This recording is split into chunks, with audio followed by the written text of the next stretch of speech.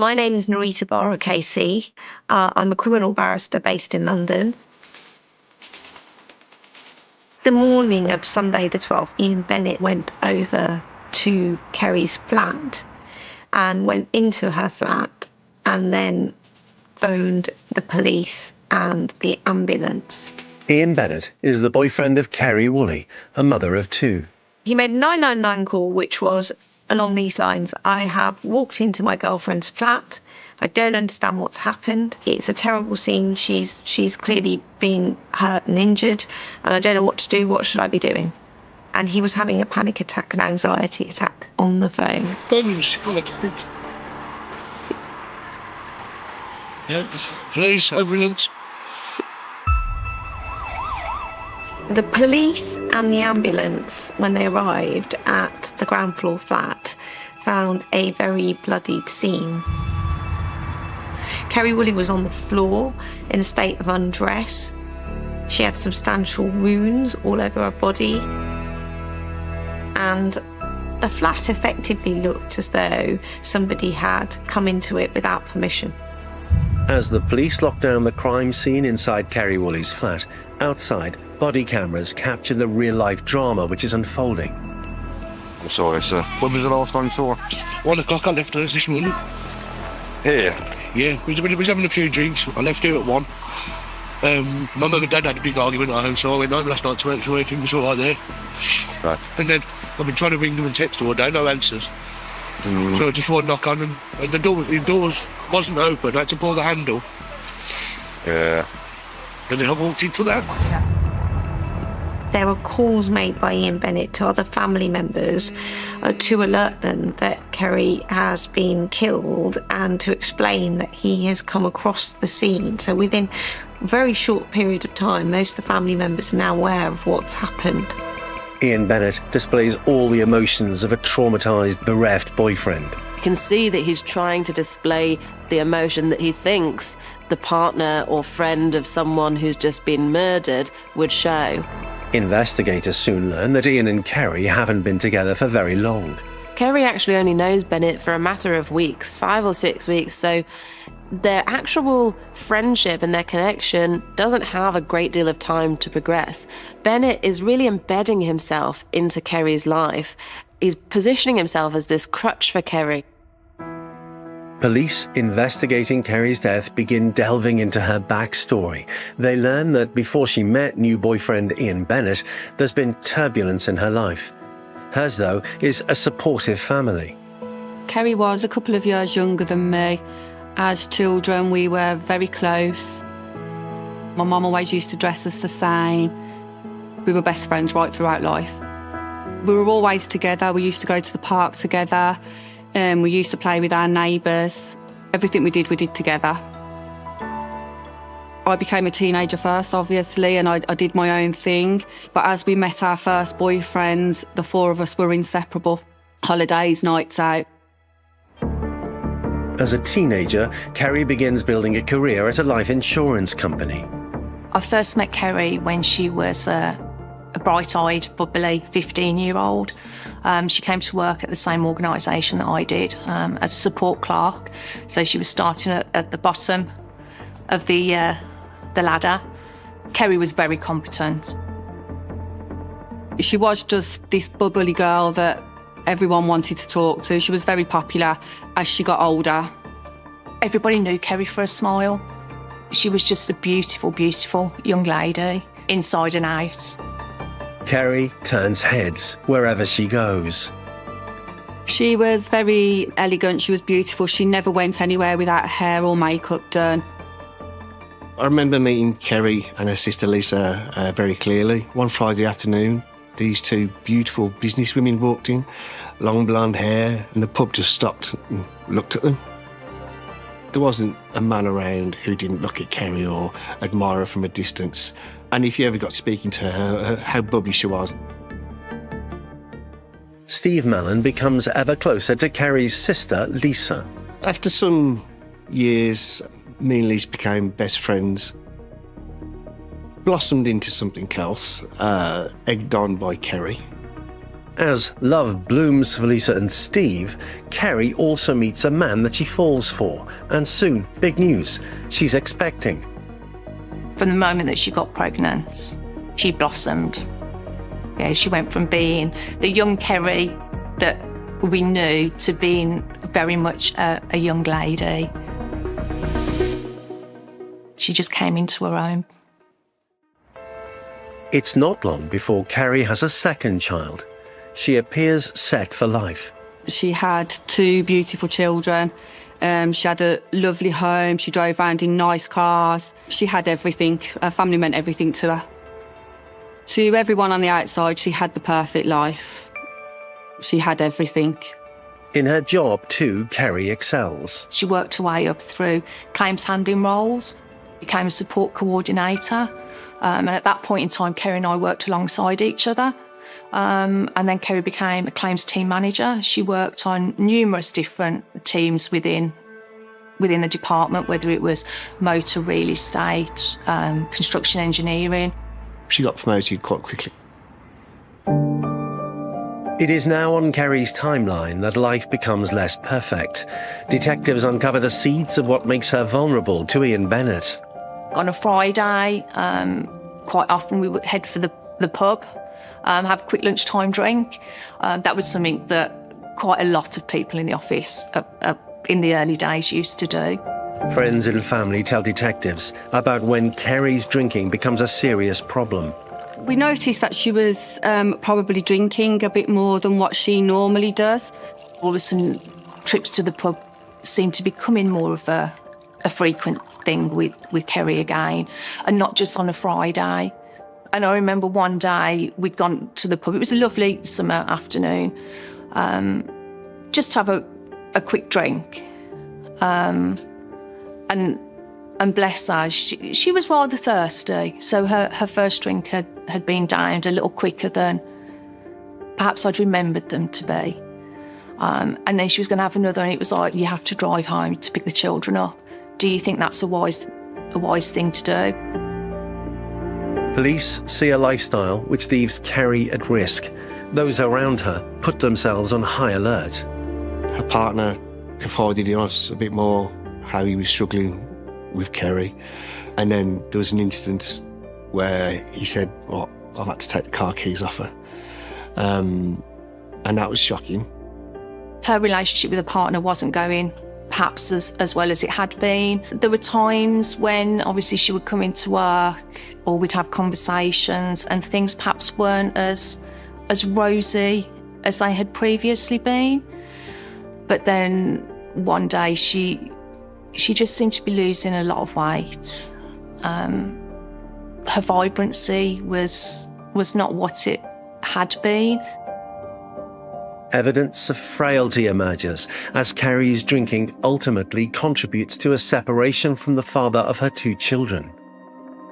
When Kerry's long-term relationship with the father of her children breaks down, she loses custody of her children, and that's because of her escalating issue with alcohol abuse. And so it's deemed safer for the children to have predominant custody with their father, and Kerry is given visiting access rights. It was late 2017, and she moved out of the family home into a nearby apartment, just round the corner, really. Kerry's family rally around her to help. They sense her need for protection. They move her into a flat nearby them so that they can keep an eye on her. She wasn't alone in her problems. Everyone was there a lot of the time. Well, the family had lots of different ways of keeping in contact, making sure she was safe. She missed her children without a doubt. She was able to see them, yeah, it was supervised. We didn't let the children see her on their own, but we did let her see them. When living alone, detectives discover that Kerry becomes increasingly exposed. She was very vulnerable, weak, didn't eat for days sometimes, pass out, would hallucinate, we'd have to take her to hospital. Ambulances called many times. We knew she was putting herself in danger.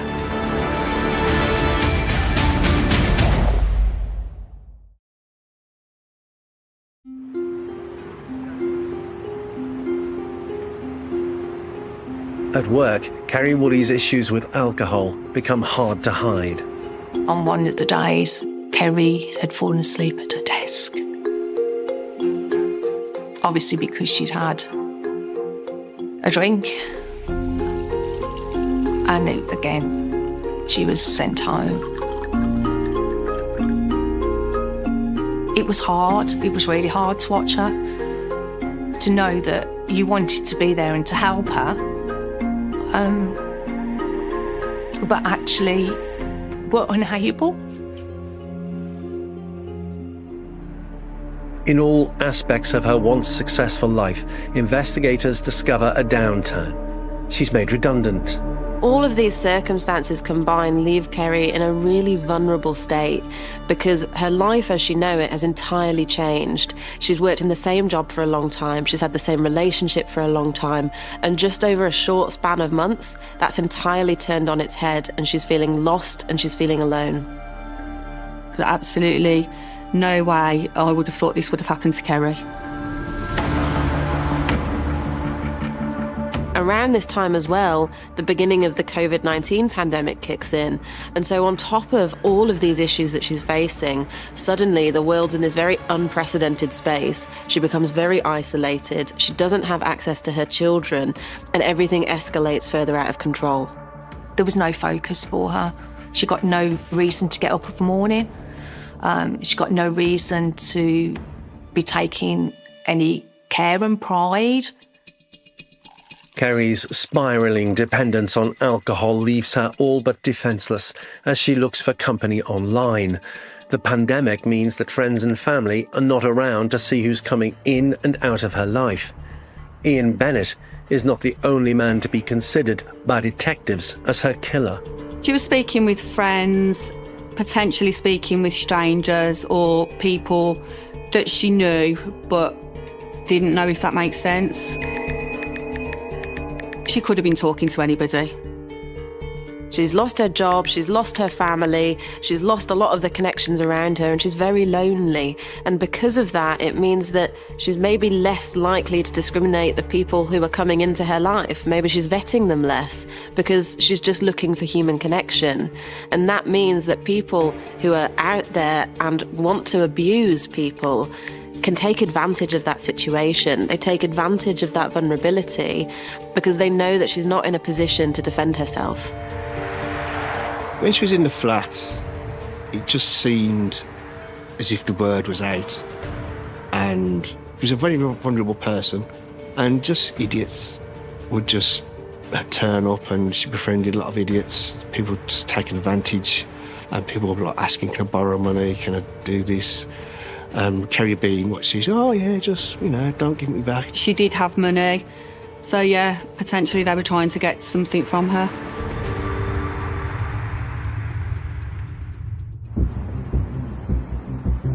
As Kerry seeks companionship, detectives uncover that it's the summer before she's killed when her choice of partner first puts her in danger.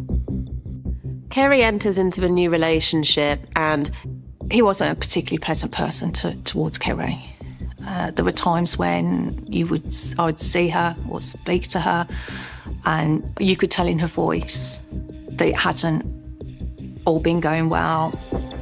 This one chap she was with, he was violent. There was a lot of police involvement because of that, and the family would intervene. We would try and get rid of him, but we couldn't. This man turned out to be extremely abusive, extremely aggressive. He stole money from her, he beat her up, she lost a significant amount of weight.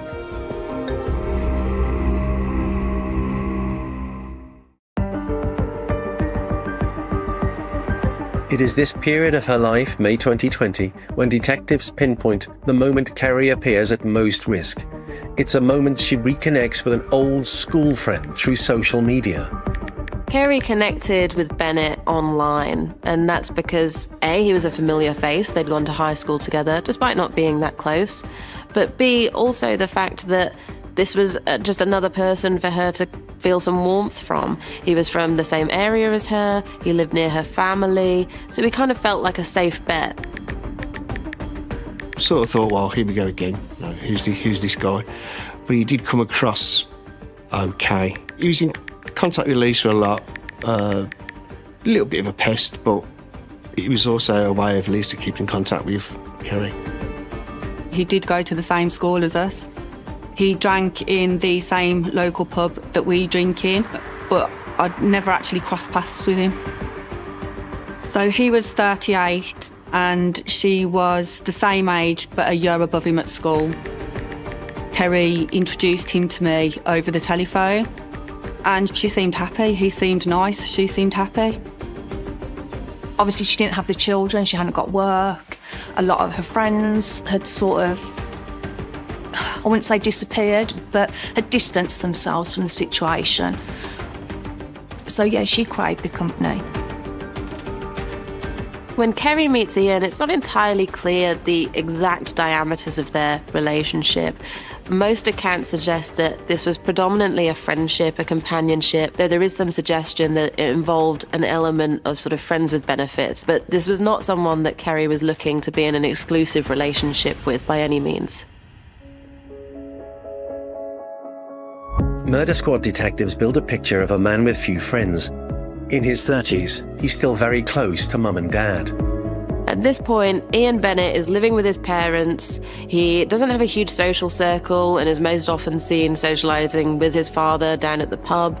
He lived with his mother and father at home. It was quite peculiar. He had a very neat and tidy bedroom, which his mother clearly kept neat and tidy for him. I think there was an element of Ian never really ever growing up because he was always effectively a mummy's boy. The mummy's boy seemed to detectives to need her approval for his new relationship with Kerry. Mum is seldom far away. He used to invite her around to dinner and his mum used to invite her around to dinner. His mum used to pick her up from her flat and take her to their house so that she could have dinner with them. She told me they'd become quite fond of Kerry. She was definitely on, or seemed to be on, positive steps to recovery. Whilst Kerry's not necessarily treating this as a serious relationship, it does seem that Ian Bennett is seeing it as such, because he's really getting involved in her life. He's in contact with her family, he's assuring them that he's looking after her. He's even positioning himself as this kind of saviour for her, saying that he's the best thing that's ever happened to her. Lisa is unable to meet her sister's new companion because of the pandemic, but she tells detectives that Bennett knew all about Kerry's addiction issues. He was absolutely aware of vulnerabilities because I told him about them, but he said he wanted to help her. Bennett has his own issues, ones that his family characterised with an affectionate term used to lessen moments of anger. All of his family members said that Ian Bennett suffered from something called Walter moments. And they described Walter moments as being something that he had suffered from being a very, very young child. And they'd learnt to manage these moments that he had. And the way they did that was to effectively appease him, follow instruction, and not allow him to get angry, and then you wouldn't have a reaction and a Walter moment. Bennett originally presents himself to Kerry as a recovering alcoholic, and he offers support to help her too. And again, it kind of feeds into this idea that he's positioning himself in this saviour role. I think he thought that he could help her. He'd been a cocaine user in the past. All the experts agreed about this, that he suffered from a paranoid personality disorder, a borderline personality disorder, coupled with a depressive illness, and couple that with somebody who has an alcohol problem, and that is a toxic, lethal combination.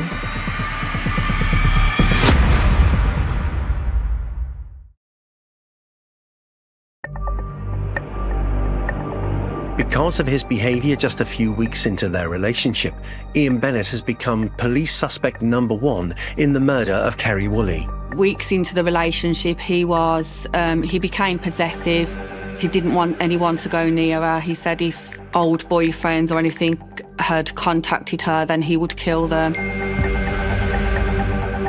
He thought he was the best thing that had ever happened to her. He was becoming very possessive of her, even though they are not in an exclusive relationship, nor does Kerry have any intention to be. Police learn of Ian Bennett's capacity for jealousy. Friends and family reveal the concerning events of Kerry and Ian's nights out. The first thing that really brought my attention to his behaviour was on the Friday night. Kerry Woolley and Ian Bennett went out to the local pub. They met up with a couple and they drank alcohol. I think Kerry Woolley had had about a bottle of wine by that stage and they shared it. They go back to the couple's flat for more drinks. The evening takes a turn for the worse. Ian had gone to get some more drinks from the local petrol station, and apparently while he was gone, Kerry had cheated on him. The reason he thought that was because she had taken her jumper off. She had a vest top on underneath, and he'd come back and she'd got this vest top on, and that was his reason for thinking she'd cheated on him. He saw her just sitting there in a vest and started losing it. You're having an affair, you're cheating on me. And unbeknownst to Kerry at this point, along with drinking, Bennett's also consuming quite a lot of cocaine. She took her jumper off because it was summer, and she had a vest on underneath. She wasn't naked, she wasn't undressed. He just seemed to lose it. Bennett's just becoming more and more paranoid. All Kerry's done is remove her jumper, and he takes that as sign that she's having an affair with the woman that they're at the pub with. This is someone whose paranoia is escalating out of control. He's also disinhibited by the alcohol and drugs that he's taken that night, and all of this is spiralling into this paranoid crash. He came across as very insecure at that point. Just insecure and jealous. This paranoid mood that Bennett was putting himself into continues escalating, and when Kerry and Bennett get back to her home, he starts lashing out violently. He's again getting paranoid about this infidelity that he's perceiving. And during this argument, he picks up the TV remote, throws it at Kerry's TV, and damages it. So he's becoming increasingly physically violent during this argument, and it's all stemming from this paranoia about this perceived wrongdoing.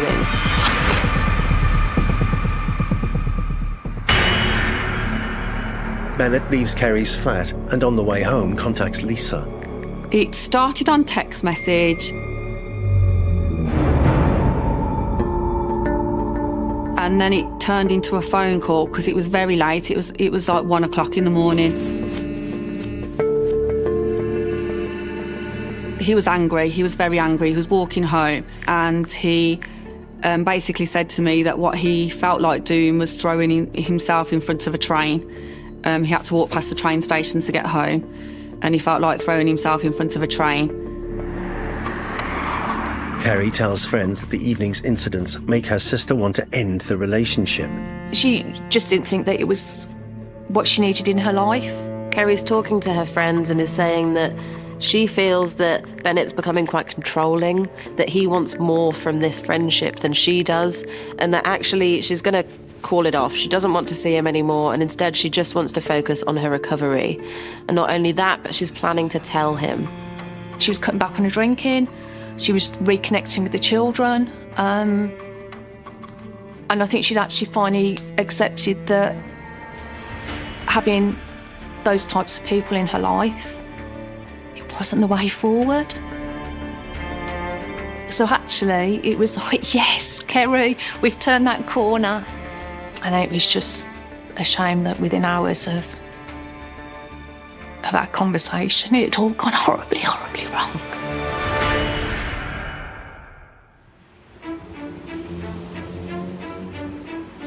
It was the following afternoon.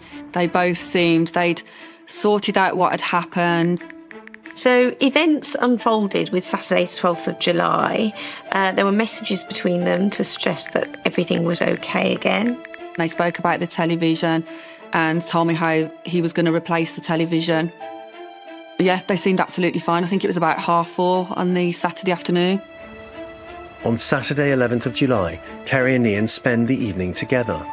The last we see of Kerry Woolley is some photographs of her and Ian Bennett looking very happy together as a couple. and those she posted on her Facebook. I just know that she was okay, and they asked me not to tell my parents what had happened the night before.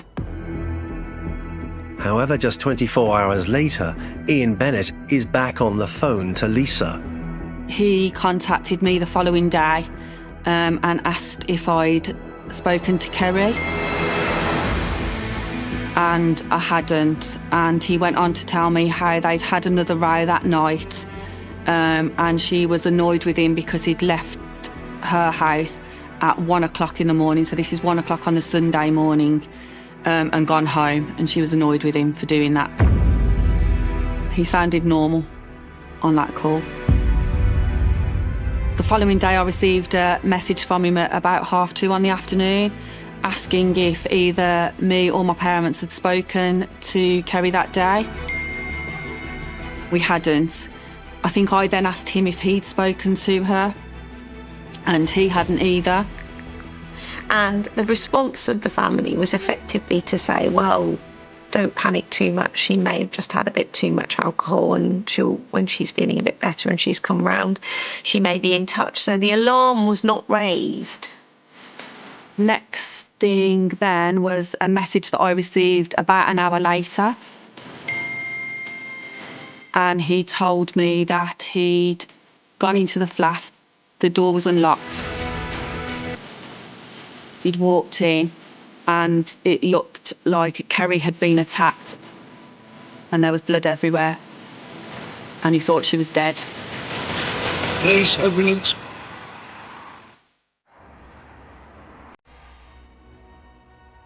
When we got to the apartment, the police and ambulances were already there. Until that point, I don't think we really believed what he was saying. But once we saw the blue tape and the police and the ambulances, we knew it was serious. Never forget turning the corner into that road. The amount of emergency services it looked like there was a riot. And I'll never forget the policeman's face. He just kind of shook his head, and Lisa said, Is she dead? And he often says there is somebody deceased in the apartment. Okay, no problem. No point. No.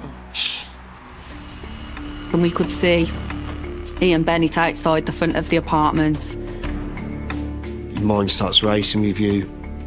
And I sort of don't recall Ian Bennett standing there, but he was stood with an officer outside the doors of the flat. And I felt sorry for him. Thought, what's that poor bugger walked into? I suppose it crosses your mind, did he do it? But because of the relationship, and I call it a relationship, it was phone conversations, maybe I didn't want to believe it was him.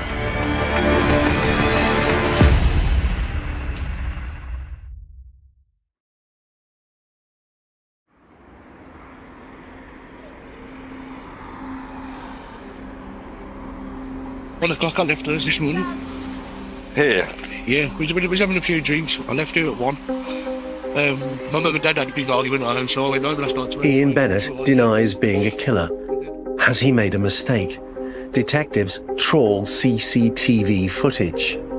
The CCTV captured Ian Bennett leaving Miss Woolley's house in the early hours of the morning with a carrier bag. Police traced Bennett's movements back to his parents' house with the carrier bag. They soon hear a version of events from Bennett's mother explaining why his clothes worn that day were cleaned. She was awoken by Ian in the early hours of the morning, and he asked to speak to her, and they were just chatting, and she gave him a Coke, and he spilt the Coke on his jacket, so she washed his jacket in the washing machine. Ian asked his mother whether or not he could go for a drive. Linda Bennett will tell detectives that she recognised her son's behaviour. She was concerned that he was about to have a Walter moment and wanted to keep him calm. And therefore, when he said, shall we go for a drive, she then agreed. And he gave directions of where he wanted to go. And she followed. And she stopped the car wherever he asked her to stop the car. And he was then caught on his mother's dash cam, which showed him throwing an object into water. And then they drove a short distance and he left the vehicle with a bag and then came back to the vehicle without the bag. As a killer made a mistake, one caught on camera. Through his search history, detectives learn that Bennett has been angry with Kerry for days. Bennett's clearly intent on revenge. He Googles how to get revenge on a woman. You know, he's really committed to the fact that he's going to get revenge, and he's actively trying to plan that out. The dashcam, his search history, police suspicions about his behaviour at the murder scene. The evidence is adding up. Bennett is really trying to feign a lot of emotion when the police are there. He stages a call to his mom to break the news of Kerry's death. Yeah, please, ambulance. Gotta be able right now. No problem. Hold on.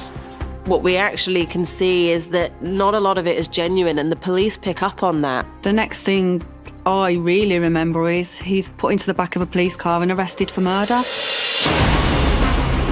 So you've got to listen to what I'm about to say to you, it's quite important. So the time is 4:40, you're going to be under arrest for murder at this time, okay? You're going to murder.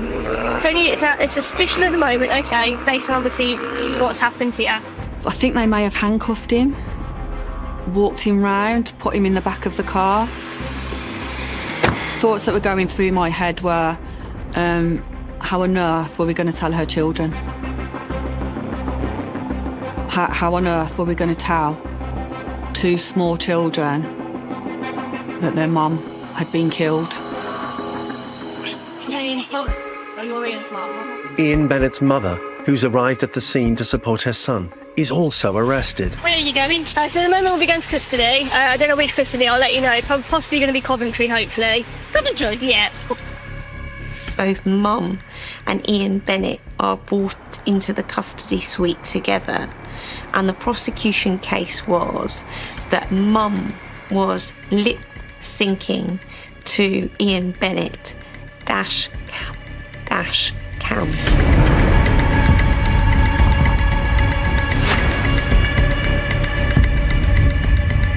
The officers then went off to look at the vehicle, and then they obtained the dash cam footage which showed and captured Ian Bennett disposing of items from Kerry Woolley's flat. So, but for Mum saying that to Ian Bennett, that dash cam may never have been found.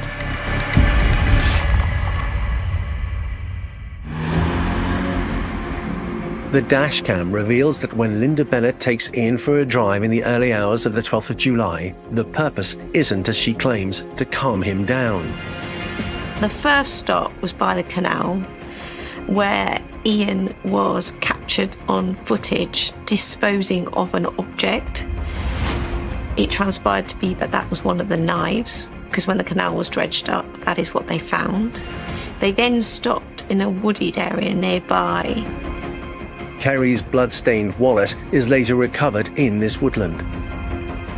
And the third stop was not really a stop, but it was a sort of pause in the area outside Kerry Woolley's flat. And obviously the prosecution case was that Ian wanted to go past to see whether or not anyone had discovered Kerry's body.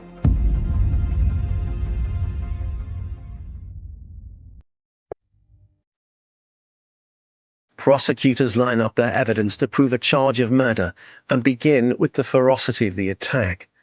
Bennett subjects Kerry to a prolonged, extreme level of violent attack. It's excessive. He uses 2 different knives. He also strangles her. something must have happened in that flat which triggered Ian Bennett that evening. And it seems to suggest that it was something that happened in that short period of time. But a combination of alcohol and a question mark over whether or not cocaine had been taken as well, combined with what was then accepted later on in the case by all of the experts, which is the personality disorders that Ian suffered from, was effectively a toxic cocktail which resulted in the killing of Kerry Woolley. A loss of control might indicate a mental state, which may see a jury convict on a charge of manslaughter and not murder. Ian Bennett's case was that he had no recollection of what happened in the flat, but he accepted that when one looked at an inference from all the circumstances, he may have been responsible for the killing.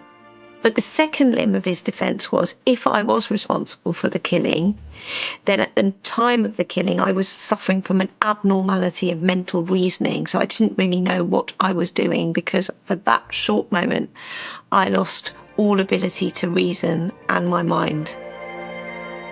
Even though this level of violent attack might suggest an element of loss of control from Bennett, we know that that's not the case, because not only does he stop midway through the attack to get a second weapon, but also he creates an alibi for himself immediately afterwards. Kerry Woolley had sustained 55 stab wounds. Substantial part of them, and I think over 30 were around the neck area, and the remaining were all over her body. Bennett begins this conscious campaign to get away with murder.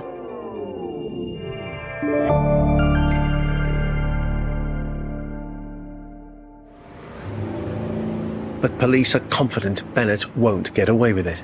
They've gathered enough evidence to charge Linda Bennett too, and defence and prosecution begin the long task of preparing for trial. Both mother and son were tried together, because mother was tried with assisting an offender in committing the act of murder. Refusing to admit guilt, the Bennetts subject Kerry's family to yet more trauma, forcing them to sit through a 16-day trial, listening to all of the graphic details just feet away from the Bennetts. It was just the worst thing you can ever imagine having to go through. It's just unbelievable. I can't believe what he did, and I can't believe her, as his mother, covered up for him. His actions of his mother. She got so involved to such an extent, and the ending was planned. She washed his clothes, she drove him around, cut the 3 different locations, she gave me alibi, and then they'd done a drive-by in the morning, the Sunday morning, to see if she'd been found. I think there was an element of Ian never really ever growing up, because he was always effectively a mummy's boy, and that might be one of the reasons why he ended up in the situation where he ended up getting his mother to assist him, and his mother felt that she could not say no. Ian Bennett's defence centres on his history of behavioural problems going back to childhood. His defence barrister, Narita Bara, calls expert witnesses to try and explain Bennett's amnesia. We turned to the psychiatrists and the psychologists, who are very experienced and have dealt with numerous cases of murder over the years. The prosecution in the trial accepts that Bennett suffers mental health issues, including paranoid personality disorder, but they claim that Bennett had brought that on himself by abusing drugs and alcohol. The jury returned verdicts, and those verdicts were guilty on all counts for both defendants, Ian Bennett and Mrs. Bennett, and Ian received life imprisonment with a minimum tariff of 25 years.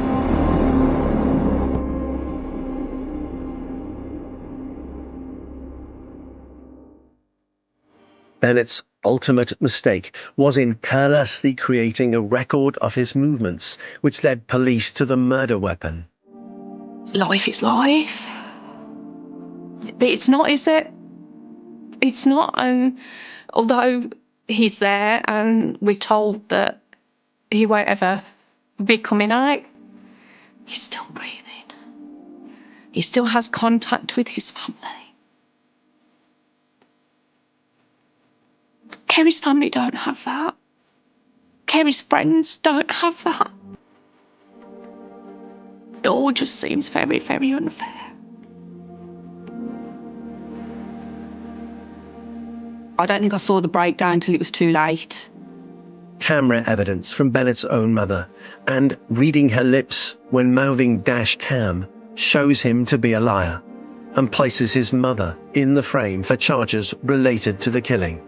And his mother received a custodial sentence of 3 years for assisting him. I feel angry. I feel an element of guilt. Thinking, why didn't I do more? We remember the family holidays, family barbecues. Her family were everything to her. The early morning phone calls that at the time used to drive me mad, but if I could speak to her one more time at 7 o'clock in the morning while she was driving to work, I'd do that. We just remember the good times. You just start to remember the old times and her laugh and things like that, and that's what you got to grab onto. Can't remember the ill Kerry or anything you saw in court. Just remember that bubbly, gorgeous girl who would turn heads in the pub.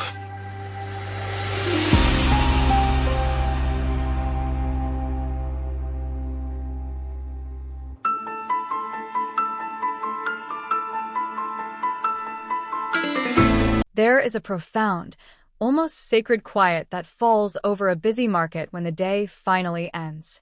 It is a transition that every small business owner knows intimately. The chaotic symphony of commerce, the endless haggling, the footsteps of hundreds of patrons, the exchange of coins and bills, all of it slowly fades into the heavy stillness of a night. For the merchants who populate the makeshift commercial center of Tafuna, this hour of closure is a time of solitary reflection and hard-earned rest. It is the moment when the shutters are pulled down, the locks are secured, and the tangible results of a grueling day of labor are gathered into a simple bag. But in the late hours of a night in 2018, this universal ritual of wrapping up the day's honest work was violently interrupted. This is the story of how an everyday routine transformed into a chilling scene of calculated brutality, a story that would permanently fracture the sense of security in a community that relied on mutual trust and peaceful coexistence. To understand the gravity of what transpired, one must first understand the environment. Tafuna's makeshift commercial center is not a sterile, brightly lit shopping mall with glossy floors and omnipresent security cameras. It is an organic, self-made hub of livelihood. It is a place constructed from necessity and entrepreneurial spirit, characterized by small stalls, varied storefronts, and the heavy presence of industrial shipping containers repurposed for secure storage. During the daylight hours, this area is a vibrant artery of the community. It pulses with life, human interaction, and the vibrant energy of commerce. But when the sun sets and the crowds disperse, the topography of Tafuna changes drastically. The very structures that serve as the backbone of trade during the day, the narrow alleys between stalls, the towering metal walls of the storage containers, transform into deep, isolating shadows. The environment becomes a labyrinth of blind spots. In 2018, the commercial center was a place where local vendors felt a sense of belonging, a community where everyone recognized the familiar faces of their neighboring shopkeepers. It was a place of opportunity, particularly for those who had spent their lives building something from the ground up through sheer resilience. Among these hardworking individuals was an elderly woman of Asian descent, the owner of a modest, independent grocery store within the Tafuna Center. While her specific identity and the intimate details of her life leading up to this night remained shielded within the sterile pages of official reports, her presence in that market represented a universally recognized archetype of unwavering dedication. She belonged to a demographic that is often the most vulnerable, yet the most resilient. As an elderly immigrant woman running a small retail business, her days were undoubtedly defined by long, physically demanding hours. Operating a grocery store requires a constant, physical presence. It means arriving before the sun rises to arrange the stock, standing for hours on end to serve a steady stream of customers, and staying late into the night to balance the ledger. Her small store was not just a business. It was a testament to a lifetime of quiet endurance. She was a familiar fixture in the Tafuna commercial landscape, a quiet contributor to the local economy. And like many small business owners operating in cash-heavy environments, she bore the immense responsibility of managing and transporting the day's revenue entirely on her own. There is an inherent, chilling vulnerability in the act of closing a shop alone late at night. The physical exhaustion of an elderly body meets the psychological weight of carrying the day's earnings. The cash bag she held was not just paper and coin. It was the physical manifestation of her survival, her labor, and her future. It is a profound tragedy that this exact symbol of her hard work became the beacon that attracted a pair of ruthless predators. In the shadows of the Tafuna Commercial Center, the peace of the late evening was entirely an illusion. She was not alone. She was being watched. The act of observation, of studying a victim's routine to identify their most vulnerable moment, elevates a crime from a sudden act of desperation to a deeply sinister display of calculated malice. The individuals observing her were Tino Fuemano and his accomplice. What makes this pairing particularly disturbing is the dynamic between the two perpetrators. Fuemano was accompanied by a juvenile. The involvement of a minor in a crime of this magnitude adds a layer of deep moral decay to the narrative. It is a scenario where an older individual not only commits a heinous act but actively draws a younger, impressionable mind into the darkest depths of human violence. They were not simply passing by, waiting for an opportunity to present itself. They were lying in wait, their intentions premeditated and their methods already decided. They knew the layout of the Tafuna market. They knew the routines of the store owners. They knew the exact time when the elderly Asian woman would be entirely alone, fatigued, and focused on the simple task of going home. Most chillingly, they brought with them the instrument of her demise. They did not come empty-handed. They came armed with a length of rope. The choice of a rope as a weapon speaks volumes about the nature of the crime and the mindset of the attackers. A firearm can kill from a distance, often in a chaotic, split-second decision. A knife involves close contact, but is often wielded in a frenzy. But a rope requires intent. It requires the physical overpowering of the victim, a sustained application of force, and a terrifying proximity to the person whose life is being extinguished. It is an intimately brutal method of murder that leaves no room for the illusion of an accident. When Tino Fuemano and his juvenile accomplice watched the elderly store owner begin her closing procedures, clutching the bag containing her day's revenue and a supply of phone cards, they made a conscious, deliberate choice to end her life for the sake of those meager possessions. As the night deepened in 2018, the commercial center fell completely silent. The elderly woman, likely aching from the day's labor, went through her final motions, shutting off the lights, securing the door, turning her back to the sprawling, shadowed expanse of the Tafuna market. It was in this exact moment, the space between the safety of her shop and the journey home, that Fuemano made his move. The attack was sudden, silent, and completely unprovoked. Approaching from behind, exploiting her compromised physical strength and her complete lack of awareness, Fuemano slipped the rope around her neck. The sheer terror of that moment is almost impossible to fully comprehend. For the victim, there was no warning, no demand for the money, no opportunity to comply and save her own life. The attack was designed to bypass robbery and move directly to lethal force. The tightening of the rope meant immediate asphyxiation. It cut off her air supply, silencing any scream for help before it could even be formed in her throat. An elderly woman, whose only fault was working tirelessly to maintain her livelihood, was suddenly plunged into a desperate, unwinnable struggle for her last breath in the pitch-black darkness of the very place she spent her days serving the community. The severe disparity in physical strength between the attackers and the elderly victim ensured that she was entirely defenseless. She was suffocated, strangled from behind until she lost all consciousness, and eventually her life. But the cruelty of Tino Fumano and his juvenile accomplice did not end with the cessation of her breath. Having successfully executed their murderous plan, their immediate focus shifted to self-preservation and greed. The body of the elderly woman, now lifeless, became an obstacle, a piece of evidence that needed to be managed to buy them time. The sprawling, makeshift nature of the Tafuna Commercial Center, with its heavy industrial elements, provided the perfect concealment. They callously dragged her remains away from the immediate vicinity of her store, moving her into the deep, isolating shadows behind a large shipping container. This act of hiding the body was as calculated as the murder itself, a cold and pragmatic step designed to delay discovery and facilitate their escape.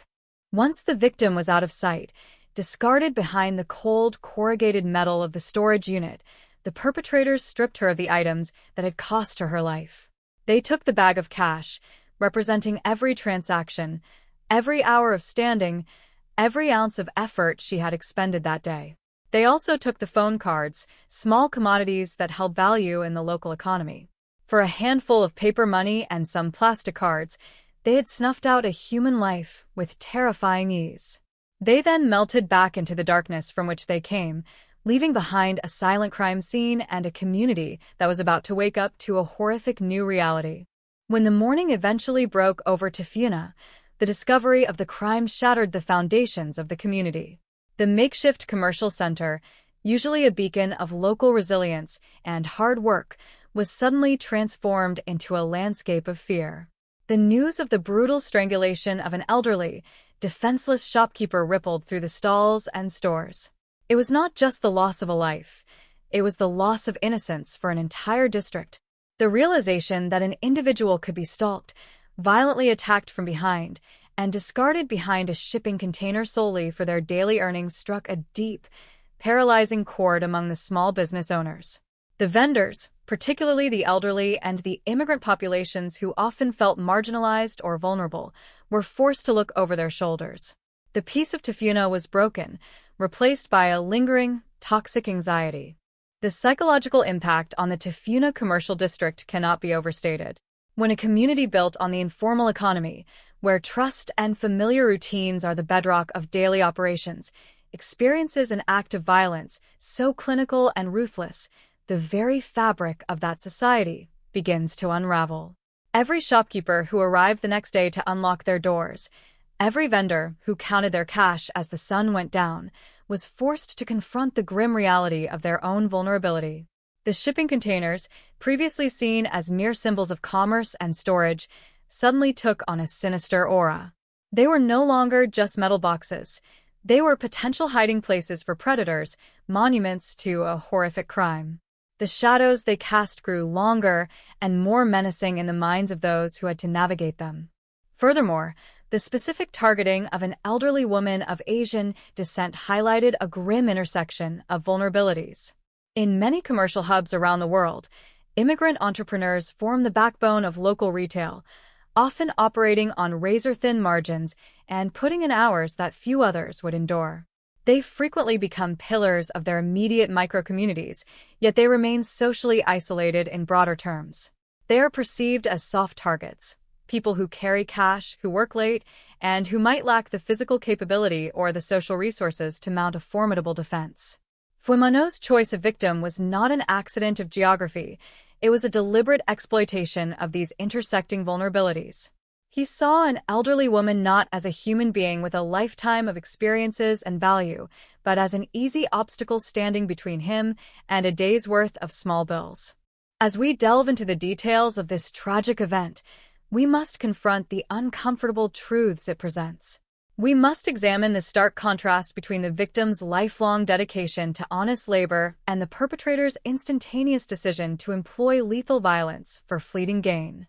The presence of the juvenile accomplice forces us to question the transmission of violence across generations and the profound moral failure of an adult who chooses to mentor a child in the act of murder.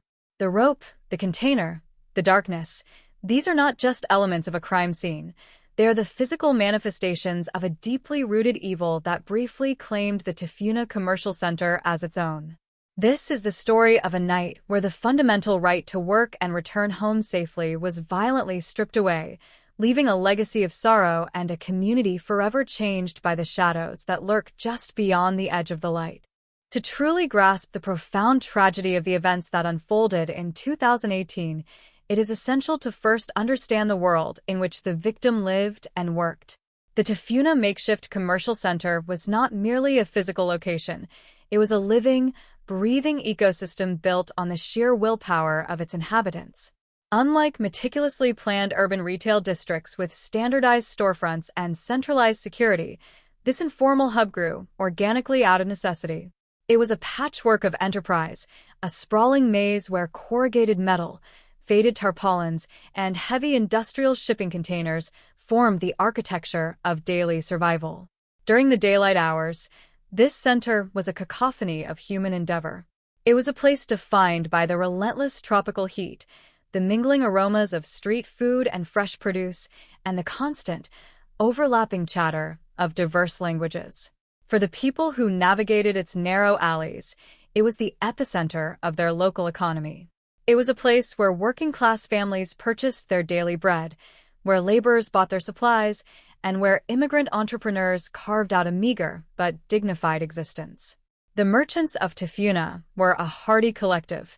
They were people who understood that success was measured not in profit margins, but in the simple ability to open their doors again the next morning. At the very heart of this vibrant, chaotic ecosystem stood an unassuming grocery store, owned and operated by an elderly woman of Asian descent. While the official police reports distill her life into the clinical designation of a victim, her presence in the Tafuna Commercial Center represented an entire history of quiet, unyielding resilience. She embodied the universal story of the immigrant merchant, a narrative defined by staggering sacrifice and an almost unimaginable tolerance for grueling labor. For a woman of her advanced age to single-handedly manage a retail operation in such an environment speaks to an iron will that belies any physical frailty. Running a small, independent grocery store is a lifestyle that demands total surrender. There are no corporate holidays, no paid sick leave, and no comfortable retirement plans waiting at the end of a long career. There is only the daily grind, a relentless cycle of ordering, stocking, selling, and accounting that consumes every waking hour. Her days would have begun long before the tropical sun rose over the metal roofs of Tafuna.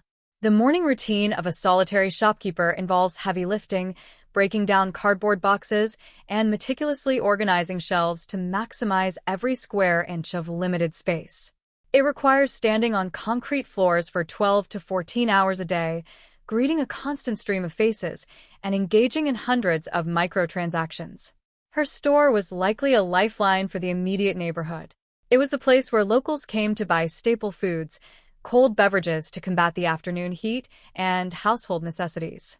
But beneath the surface of this mundane commerce, she was performing a vital social function. The independent grocer in a makeshift market is often an anchor for the community, a familiar presence whose reliability provides a sense of stability in an otherwise transient environment. She knew the faces of her regular customers, she understood the rhythm of their purchasing habits, and she was an integral thread in the social fabric of the commercial center. However, the nature of her business also dictated the nature of her vulnerability. In an era increasingly dominated by digital transactions, the informal economy of the Tafuna Commercial Center remained stubbornly tied to physical currency. Every item she sold, from a simple bottle of water to a bag of rice, was paid for in coins and small, crumpled bills. Throughout the long, exhausting hours of the day, these small amounts accumulated. By the time the evening approached, the cash register would hold the collective financial weight of hundreds of interactions. This cash represented more than just revenue. It was the capital she needed to purchase new inventory the following day, the money required to pay for her essential living expenses, and the sole physical manifestation of her exhaustive labor. Managing this cash, particularly for an elderly woman working alone, was a heavy psychological and physical burden. Alongside the cash, her inventory included items of concentrated value that made her an even more attractive target: prepaid phone cards. In 2018, within communities characterized by immigrant populations and transient labor forces, prepaid phone cards were not merely telecommunications tools. They were a secondary form of currency. They held significant face value, were highly liquid, and were incredibly easy to conceal and transport. For many workers in the area, these cards were the only means of connecting with families living overseas or in distant provinces. Because they were in such high demand, they were a staple product in small grocery stores. For a predator scanning the market for an easy score, a shopkeeper holding a stack of phone cards and a day's worth of cash was the ultimate prize. The intersectionality of her identity dramatically compounded the risks she faced every single day. She was elderly, which inherently meant she possessed less physical strength to defend herself against an aggressive assault. She was a woman operating alone, stripped of the immediate physical deterrent that a male presence or a larger staff might have provided. And she was of Asian descent, an immigrant in a complex socio-demographic landscape. In many commercial environments across the globe, immigrant store owners are tragically perceived as insulated targets. They are often stereotyped as reluctant to engage with law enforcement due to language barriers or a generalized distrust of authority, making them appear as low-risk victims to opportunistic criminals. Whether this stereotype applied to her personally or not, it is a grim reality that predators often factor such demographics into their cold calculus. She was navigating a precarious existence where her livelihood required her to be open and accessible to the public, yet her personal safety depended on an unwritten, fragile code of community respect that was about to be violently shattered. The physical environment of her store, while functional for commerce, inadvertently exacerbated her isolation when the operating hours ended. The Tafuna makeshift commercial center was a labyrinthine arrangement of structures. The most prominent and formidable of these were the industrial shipping containers. These massive, corrugated steel boxes were repurposed by vendors as secure, weatherproof storage units for bulk inventory. During the day, with the doors thrown wide open and people bustling around them, they were simply part of the market's rugged aesthetic. But as daylight faded, the architectural reality of the center shifted ominously. The tight spaces between the stalls and the imposing, windowless walls of the shipping containers created deep, impenetrable pockets of darkness. There was no overarching grid of streetlights to illuminate the alleys, no sophisticated surveillance network to monitor the blind spots. The very structures designed to protect the merchants' goods became imposing barriers that blocked sight lines and muffled sounds. As the sun set on that fateful night in 2018, the vibrant energy of the market began its daily retreat. The transition from day to night in a place like Tafuna is not gradual, it is a rapid emptying out. The food stalls packed away their cooking implements, the day laborers returned to their homes, and the relentless noise was replaced by a heavy, humid quiet. For the elderly store owner, this transition marked the final, most exhausting phase of her day. It was the time to reconcile the register, to count the small, worn bills, and to secure the highly sought-after phone cards. The physical toll of the day would have been heavily settled into her bones by this hour. Her focus would have been entirely consumed by the methodical, necessary tasks of closing up. She had performed this exact routine thousands of times before. She had locked the same doors, walked the same path, and carried the same bag of cash without incident.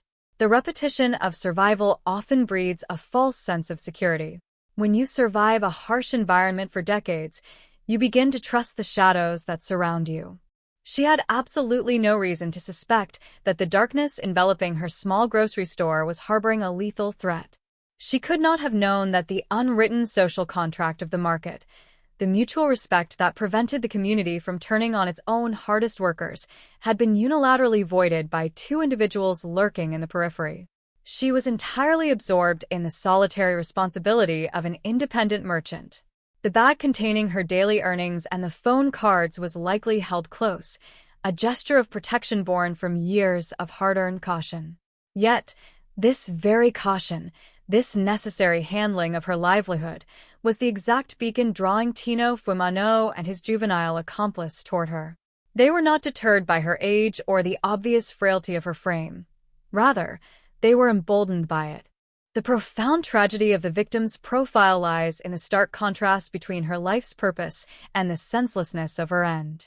Here was a woman whose entire existence in that commercial center was defined by provision, providing goods to her customers, providing a livelihood for herself, providing a quiet stability to the chaotic market. She was a builder of a microscopic economy. Conversely, the individuals observing her from the shadows were consumers in the most parasitic sense. They brought nothing of value to the Tafuna Center.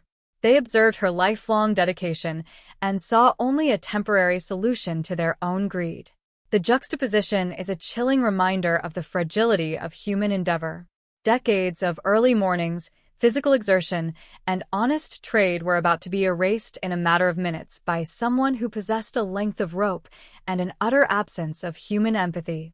As she finalized her closing duties, standing on the threshold between her sanctuary of commerce and the darkened maze of shipping containers, she was completely unaware that she had already been selected, her routine perfectly mapped, and her fate sealed by the cold, calculating eyes watching from the dark. The transition from the bustling commerce of the day to the desolate stillness of the night at the Tafuna makeshift commercial center is absolute and unforgiving. When the final customer departs and the last metallic shutter is forcefully rolled down, the environment undergoes a profound metamorphosis. The sensory overload of shouting vendors, bartering patrons, and grinding vehicle engines dissolves into a heavy, oppressive silence. This silence is not peaceful. It is an echoing void that magnifies every solitary footstep and rustling breeze. The labyrinth of temporary stalls and towering shipping containers, which just hours before offered shelter and opportunity, suddenly transforms into a treacherous terrain of elongated shadows and blind alleys. There is no municipal lighting grid to banish the dark, no security patrols to maintain a visible perimeter. The darkness reclaims the space entirely, wrapping around the corrugated steel and faded tarpaulins like a thick, suffocating blanket. It is an environment that inherently isolates anyone left behind, severing them from the protective gaze of the broader community. On this specific late night in 2018, this isolating darkness was not merely a natural phenomenon, it was a tactical advantage waiting to be exploited. Within this profound isolation, the elderly Asian grocery store owner began the final, solitary rituals of her exhaustive day. Her movements, honed by years of relentless repetition, were automatic but undoubtedly burdened by profound physical fatigue. The sheer physical toll of managing an independent retail operation for over 12 hours is inscribed deeply into the bones and muscles. Every bend to sweep the floor, every stretch to organize the remaining inventory, and every final check of the locks required an exertion of energy from a body that was already pushed to its absolute limits. Yet, her focus remained steadfast on the most crucial task of the evening, securing the lifeblood of her business. The daily revenue, accumulated through hundreds of exhausting, fragmented transactions involving small bills and heavy coins, was gathered together. Alongside the physical currency, she collected the prepaid phone cards, those small plastic rectangles of immense local value that functioned as a secondary economy within the immigrant workforce. All of this was placed into a single bag. This bag was not merely a container of wealth, it was the physical manifestation of her survival, a tangible record of her day's sacrifice. Clutched in her hands, it represented her rent, her future inventory, and her very right to exist in the commercial ecosystem of Tafuna. As she focused entirely on the mundane geometry of keys, padlocks, and securing her storefront, she was utterly oblivious to the malevolent presence that had invaded her sanctuary. The environment around her was utterly still, but the shadows were not empty. Tino Fumano and his juvenile accomplice were perfectly integrated into the darkness, holding their breath, their eyes fixed on her every movement. Their presence in the commercial center at this hour was the antithesis of the victim's honest labor. They had not come to build, to trade, or to contribute.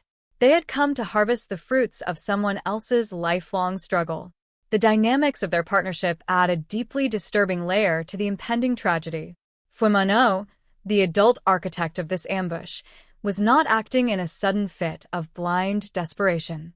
He was patiently guiding a minor, a younger and impressionable mind, through the darkest corridors of human cruelty. They were engaged in a cold, calculated reconnaissance, studying the elderly woman's routine, evaluating her physical frailty, and pinpointing the exact moment when she would be completely defenseless. The premeditation of their intent was horrifyingly crystallized by the weapon they had chosen to bring. They were not armed with a knife to threaten, nor a blunt instrument to intimidate. Fuimano gripped a length of sturdy rope in his hands. A rope, in the context of an ambush, is an instrument of absolute, lethal finality. It is not designed to merely wound or to force compliance through the threat of pain. It is designed to silence, to suffocate, and to extinguish a life with an intimate, terrifying proximity. The presence of the rope meant that the decision to murder the elderly shopkeeper had been made long before they ever stepped foot into the Tafuna market that night. Her death was not a potential byproduct of a robbery gone wrong. It was the primary mechanism through which the robbery would be successfully executed. As they watched her turn her back to the open expanse of the dark market, clutching the bag of earnings, the chilling calculus in Fuimano's mind reached its conclusion. The trap was set, the victim was isolated, and the executioner was ready to move. The physical approach of the attackers was a masterclass in predatory stealth. In the suffocating quiet of the Tafuna night, any misplaced footstep against gravel or the scrape of fabric against corrugated metal would have served as an immediate alarm. But Fuimano moved with the lethal grace of someone entirely focused on their target. He closed the physical distance between the safety of the shadows and the exposed vulnerability of the victim's back in a matter of seconds. The elderly woman, completely consumed by the relief of finally finishing her day's labor and eager to begin her journey to a place of rest, had no defensive perimeter. Her hearing, perhaps dulled by age and the lingering echoes of a noisy market day, failed to register the shifting air behind her. Her vision was directed forward, looking toward the exit of the market, entirely blind to the fatal threat rising directly at her spine. The utter imbalance of power in those final microseconds is a harrowing testament to the cruelty of the crime. Here was a woman who had spent her entire life providing for herself through sheer perseverance, about to be forcefully removed from the world by individuals who contributed nothing to it. The execution of the attack was sudden, silent, and overwhelmingly violent. Without a single word of warning, without any demand for the money she held, Fuimano raised his hands and looped the coarse length of rope over the elderly woman's head, pulling it violently taut across her throat. The physical mechanics of a strangulation ambush from behind are designed to completely paralyze the victim. As the rope bit savagely into the soft tissue of her neck, it immediately crushed her windpipe and severed the flow of oxygen to her brain. The instinctive, desperate urge to scream, to call out for the community she had served for years, was physically trapped within her collapsing throat. There was no sound of a struggle that could echo through the empty market, no shattering glass, no percussive blast of a gunshot to alert a distant passerby. There was only the horrifying, muffled friction of the rope, the sudden, desperate flailing of an elderly body fighting a completely unwinnable battle for survival, and the absolute, terrifying strength of her attacker holding fast. The disparity in physical capability ensured that the struggle was agonizingly brief. Her elderly hands, worn from decades of honest labor, would have instinctively flown to her neck, desperately clawing at the unyielding fibers of the rope. But the force applied by Fuimano, pulling backward and upward, utilized leverage to completely neutralize any attempt at self-defense. The weight of the bag she carried, the very reason for her murder, slipped from her weakening grasp, falling silently to the ground. As the seconds ticked by in the absolute darkness, the devastating lack of oxygen rapidly shut down her central nervous system. The frantic, involuntary spasms of a body fighting for air gradually subsided into a chilling stillness. The life of a dedicated, hard-working immigrant store owner, a life filled with memories, struggles, and an unyielding commitment to her livelihood, was brutally extinguished in the span of a few suffocating minutes.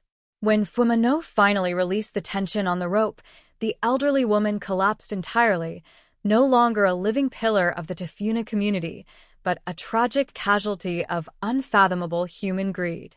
Yet, the sheer brutality of the act did not pause the momentum of the perpetrators. Rather, it initiated the second phase of their calculated plan.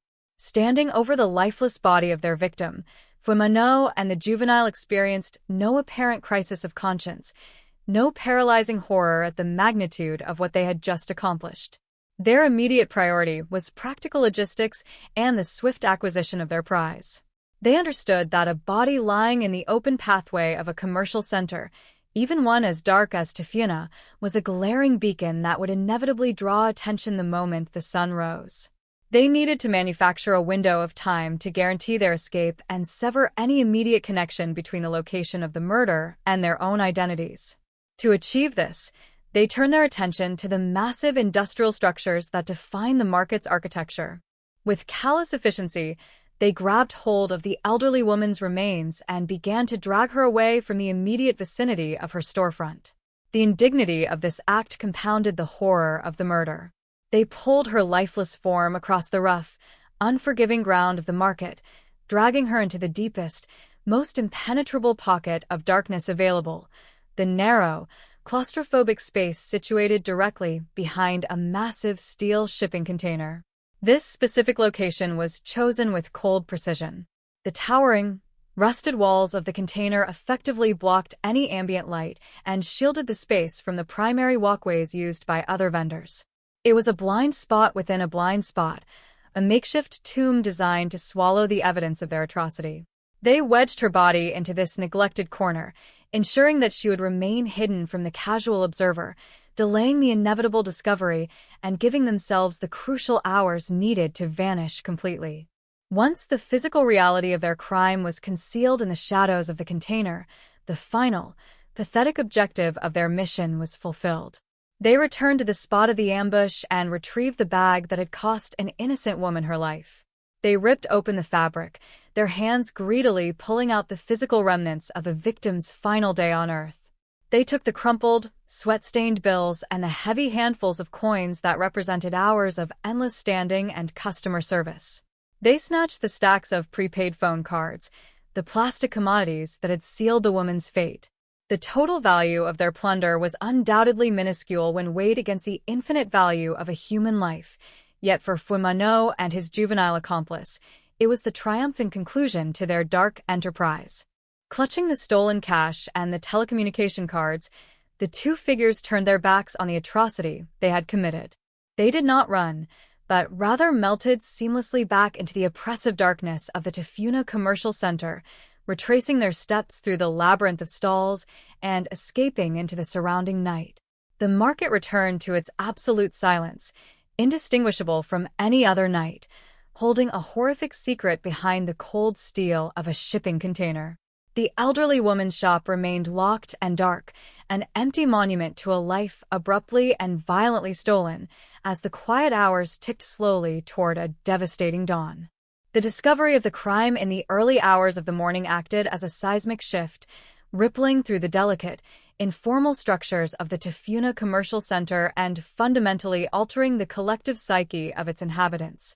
When the first vendors arrived to open their stalls, the typical, comforting rhythm of their morning rituals, the rattling of keys, the rolling of shutters, the smell of rising steam from coffee pots, was replaced by an overwhelming, suffocating sense of wrongness. The silence that had draped the market overnight was not merely the absence of activity. It had become heavy, pregnant with the reality of what had been hidden behind the rusted walls of the shipping container. It took little time for the discovery to be made. As the first light of day began to pierce through the gaps between the stalls, a neighbor, someone who had known the elderly grocer for years, stumbled upon the devastating scene in the hidden corner behind the container. The sight of her body, discarded in such a cold, clinical manner, shattered the illusion of safety that had allowed the community to thrive. The arrival of the authorities brought a different kind of intensity to the commercial center. The arrival of police vehicles, their lights flashing rhythmically against the corrugated steel, created a stark contrast with the mundane, working-class atmosphere of the market. The crime scene was immediately cordoned off, transforming the heart of the community into a sterile, restricted zone of investigation. For the detectives tasked with the case, the primary objective was to piece together the fragmented reality of the previous night. Their investigation began with the meticulous documentation of the scene, a process that demanded patience and a clinical detachment from the horror of the discovery. They mapped the proximity of the store to the location where the body was found, analyzing the path the perpetrators had taken and the specific, calculated nature of the concealment. Every detail, the position of the victim, the lack of signs of a forced entry into the store itself, and the absence of any immediate witnesses, formed the foundation of a complex, high-stakes puzzle. The initial phase of the investigation was centered on the reconstruction of the victim's final known movements. Detectives canvassed the surrounding area, speaking with other merchants, neighbors, and anyone who might have seen her during the final hours of her life. These interviews were heart-wrenching, as the interviewees were forced to grapple with the realization that they had shared a simple greeting or a momentary interaction with someone who is now the center of a brutal homicide investigation. The investigators worked to establish a timeline, carefully documenting when she was last seen alive and when the darkness of the Tafuna night had descended. They looked for security footage, though the makeshift, organic nature of the market meant that such digital evidence was scarce. They searched for discarded items, the tools the attackers might have brought or dropped in their retreat, and scrutinized the ground for any trace of physical evidence that would betray the identity of the killers. The knot in the investigation began to tighten as detectives focused on the specific modus operandi of the crime. The act of strangulation, performed from behind, suggested a level of predatory confidence that spoke to individuals who were familiar with the layout and the routine of the shopkeeper. It was not a random, impulsive crime of passion. It was a targeted, premeditated strike. The investigative team identified that the motive was rooted in the specific, liquid value of the items she carried, the daily cash, and the phone cards. This realization prompted the police to look beyond the immediate market and investigate the local networks where such goods were exchanged. They turned their attention to the local illicit economy, tracking the flow of the stolen phone cards and searching for any individuals who had suddenly come into possession of cash following the night of the murder. This was a grueling, investigative slog that required interviewing a wide range of individuals within the broader Tafuna community, many of whom were understandably fearful or reluctant to cooperate with the authorities. As the detectives delved deeper, the involvement of two individuals became clear. The physical evidence, though limited, began to align with the accounts of the scene. The investigation into the identity of the perpetrators was intensified when authorities began to piece together intelligence regarding Tino Fumano and his juvenile accomplice. The transition from general suspicion to concrete evidence was a process of connecting the dots across a landscape of silence and fear. The authorities focused on establishing the movements of these two individuals on the night in question. They searched for alibis, scrutinized their associations, and cross-referenced their known locations with a timeline established by the forensic evidence at the scene. Every piece of the puzzle, from the presence of a rope, which the investigators suspected was brought by the attackers, to the way the victim's body was moved, was analyzed to confirm that this was indeed a deliberate act of robbery that escalated immediately to murder. The process of interrogation was a pivotal juncture in the investigation. When Tino Fumano and his accomplice were brought in for questioning, the detectives were faced with the task of breaking through the facade of denial and manipulation.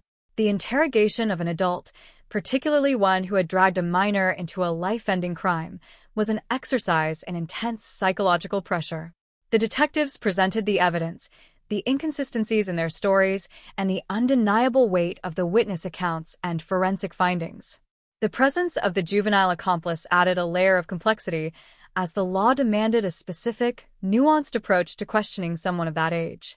The authorities needed to extract the truth while navigating the legal and ethical requirements surrounding the participation of a minor in a homicide.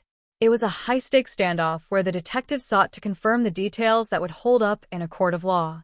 The investigation also took on a wider, community-centric dimension as the police worked to reassure the frightened merchants of Tafuna.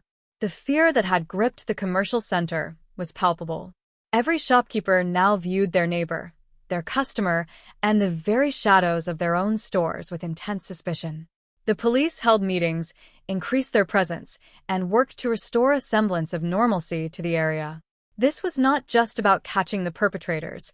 It was about rebuilding the broken trust of a community that had been violated in the most intimate way possible. The detectives had to balance the rigor of their investigation with the emotional needs of a traumatized, vulnerable group of people. They listened to their concerns, documented their experiences, and provided updates, slowly building a sense of collaboration that was essential for the eventual success of the prosecution. The breakthrough came through the convergence of multiple, seemingly unrelated pieces of evidence. Forensic analysis, although hampered by the outdoor environment of the market, managed to provide the crucial links between the scene and the perpetrators. Coupled with the intelligence gathered from the local community, the whispers of those who had seen something unusual, the tracks left by the pair, and the information regarding the circulation of the stolen goods, the detectives began to construct an airtight case. The investigative team spent countless hours meticulously documenting the timeline, ensuring that every detail was verified and substantiated. They looked at the history of Fumano, his past associations, and his potential for extreme violence. They scrutinized the role of the juvenile, working to understand the extent of his involvement and the degree to which he had been influenced by his adult companion. This stage of the process was characterized by a heavy sense of moral burden. The detectives were not merely dealing with a cold, abstract criminal filing. They were handling the memory of an elderly woman who had been taken from her community in the most cruel and unnecessary manner. Each piece of evidence they gathered was a reminder of the loss of her life and the terror she must have felt in those final, suffocating moments. The investigation was not just about achieving a legal conviction. It was about providing a measure of justice for the victim and, in some small way, helping the community of Tafuna find closure. The detectives navigated the complexities of the legal system, ensuring that every step of their process was rigorous and beyond reproach, fully aware of the public eye and the intense desire for accountability that permeated the air of the city. As the case moved toward the legal proceedings, the investigation shifted from the collection of physical evidence to the preparation of the arguments that would eventually stand before a court. Every witness statement was transcribed, every forensic report was verified, and the timeline was presented in a clear, undeniable sequence of events. The detectives worked closely with the prosecutors to ensure that the narrative of the crime was both compelling and accurate. They were preparing to present a story that was deeply harrowing, one that highlighted the cold, calculated premeditation of the defendants. The investigators were ready to put forward the evidence of the rope, the motive of the robbery, the act of hiding the body, and the subsequent efforts to escape. They had transformed a mystery of a brutal night in 2018 into a detailed, documented record of a murder, moving steadily toward a conclusion that would finally, if only partially, rectify the darkness that had descended upon the market in Tafuna. The entire investigation was a testament to the resilience of the justice system in the face of such profound human tragedy, providing a path toward the resolution that would follow in the halls of the courthouse. The courtroom was a sterile, unforgiving environment, a stark contrast to the organic, chaotic, and vibrant atmosphere of the Tafuna Commercial Center where the tragedy had occurred. When Tino Fumano and his juvenile accomplice were brought before the court of law, the weight of their actions seemed to permeate the very air of the chamber. The legal proceedings were not merely a bureaucratic requirement to assign guilt. They were a profound reckoning, a systematic unveiling of the cold-blooded premeditation that had transformed a quiet night in 2018 into a scene of unspeakable horror.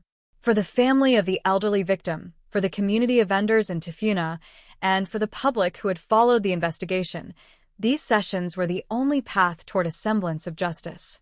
The atmosphere was one of somber gravity, as the defense and the prosecution prepared to present the narratives that would ultimately define the lives and legacies of everyone involved in the case. The prosecution opened their case with a meticulous, bone-chilling reconstruction of the events leading up to the murder. They did not rely on hyperbole or emotional appeals alone. Instead, they anchored their argument in the cold, indisputable facts gathered by the investigators. They laid out the timeline of that fateful evening, using the movements of the suspects to demonstrate that the act was not a spontaneous outburst, but a deliberate choice. They focused on the specific, tactical decision to bring a length of rope, a weapon that unequivocally pointed to an intent to kill, not merely to incapacitate or intimidate. The prosecution's narrative was clear. This was a robbery that had been planned with the full knowledge that it would require the permanent silencing of a witness. They painted a vivid picture of the elderly woman, the embodiment of hard-working resilience, as she performed her final acts of honest commerce, entirely unaware of the lethal trap closing in around her. The presentation of the evidence was designed to strip away any attempt to frame the murder as an accident or a panicked reaction, emphasizing instead the cold, calculating nature of the ambush. As the trial progressed, the focus shifted to the role of the individual participants. The case against Tino Fumano was built on his role as the architect and the executor of the violence. The prosecutors presented evidence showing that he had not only led the planning but had also physically carried out the strangulation. The testimony regarding the juvenile accomplice was equally harrowing.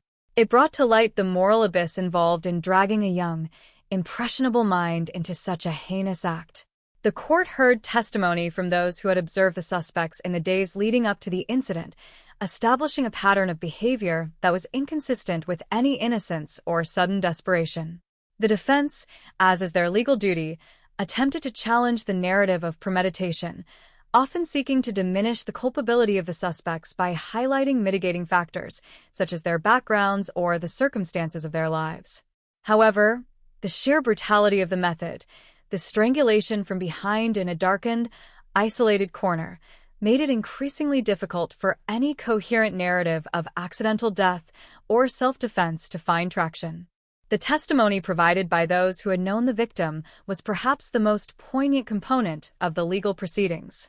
When fellow shopkeepers and family members took the stand, the clinical, detached nature of the courtroom was temporarily shattered.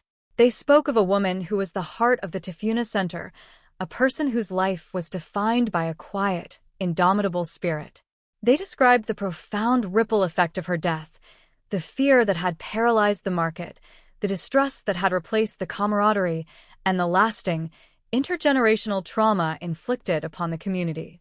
These testimonies were essential, not just for the emotional weight they carried, but for the clarity they provided regarding the victim's routine and her utter lack of any capacity to threaten or resist. They solidified the prosecution's argument that the robbery had not been motivated by a need for survival, but by a predatory desire for easy gain at the expense of the most vulnerable. The court was forced to confront the human cost of the crime, a cost that extended far beyond the stolen cash and phone cards. The forensic evidence presented at trial served as the bedrock of the prosecution's case. Experts testified about the mechanics of the strangulation, the path of the victim's body, and the forensic signatures found at the scene behind the shipping container. They meticulously detailed the physical evidence that linked the suspects to the specific location and method of the killing.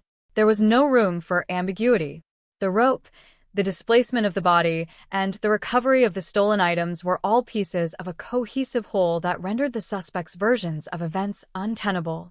The cross-examination of the defense's experts was intense, as the prosecution worked to ensure that every scientific finding was presented with total, objective accuracy. The judge and jury were presented with a clear, forensic map of the crime, demonstrating that the perpetrators had moved with a calculated, cold-hearted efficiency that ignored the humanity of their victim entirely. The culmination of the trial centered on the closing arguments, which brought the reality of the crime into sharp relief. The prosecution hammered home the message that justice was not only for the victim, but also for the preservation of the social contract that allowed a community to exist.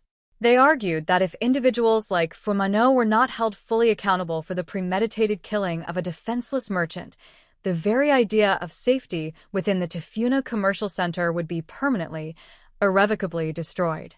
They emphasized the aggravating factors, the use of a pre-planned weapon, the exploitation of a minor, and the cruel abandonment of the body in a place where it was designed to stay hidden for as long as possible. The defense, in turn, struggled to find a foothold, ultimately falling back on pleas for leniency and arguments concerning the background of the accused. Yet, In the face of the overwhelming evidence and the undeniable brutality of the act, these pleas failed to resonate with the gravity of the circumstances. When the verdict was finally delivered, the silence in the courtroom was absolute. The jury, having reviewed the overwhelming evidence and heard the heart-wrenching testimonies, reached a decision that reflected the severity of the crime. Tino Fumano and his juvenile accomplice were found guilty of the charges leveled against them, a verdict that served as an essential, if insufficient, act of justice. The sentencing phase, which followed, allowed for a final consideration of the impact of the crime. The judge, in delivering the sentences, articulated the profound moral failure inherent in the actions of the perpetrators.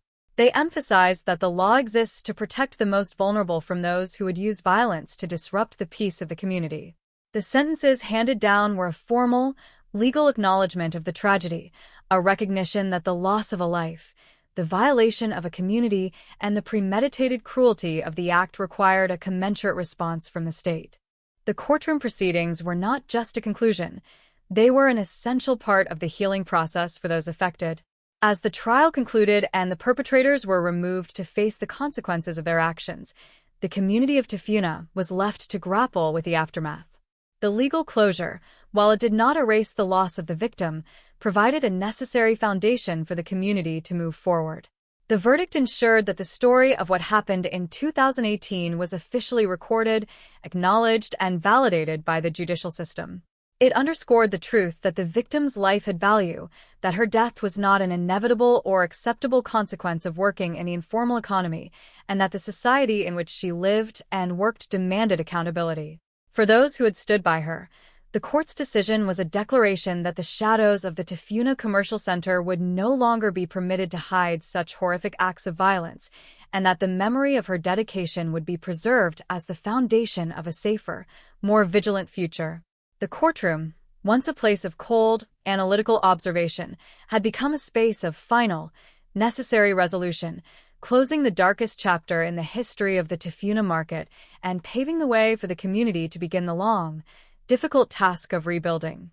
The aftermath of the murder in the Tafuna Commercial Center in 2018 left a void that could never truly be filled, a silence that resonated far beyond the physical boundaries of the makeshift market.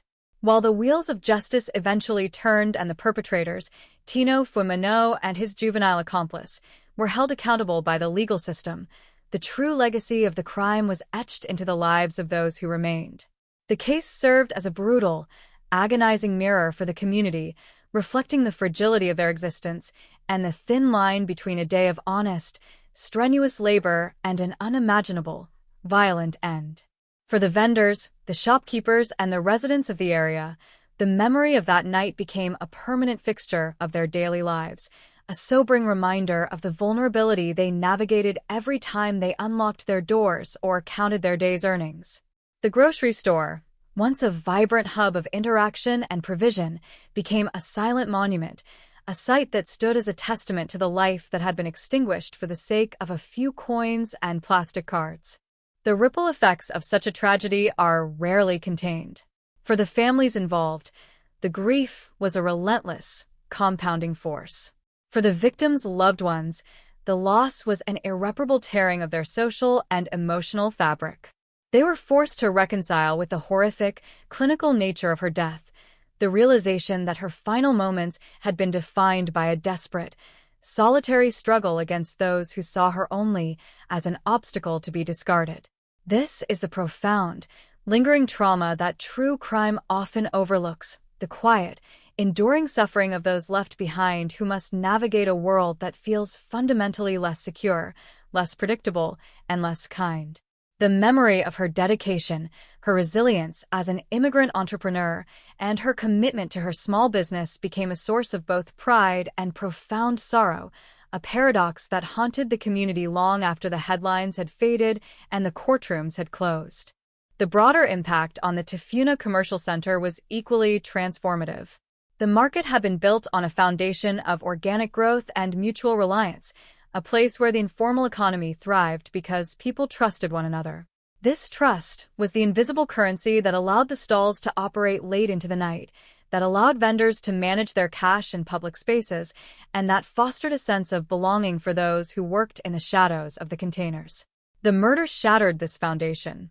It introduced a pervasive, toxic anxiety that fundamentally changed the way people interacted with their environment. The shadows that had once been merely architectural features of the market became sources of suspicion, areas to be avoided, and constant reminders of the darkness that had once hidden a killer. The shipping containers, once seen as symbols of business expansion and storage, became monuments to the fragility of life, forcing every merchant to reevaluate their own security and the inherent risks of their chosen path. The incident sparked a difficult, necessary conversation about the vulnerability of the elderly and the immigrant populations who form the backbone of local retail. It forced the community to look at the intersectionality of these identities, the way age, gender, and status combined to create a target that was seen by predators as both accessible and disposable. This was a hard, uncomfortable truth. It demanded that the community and the local authorities move beyond simple condemnation of the crime and begin addressing the systemic issues that allowed such predatory behavior to flourish.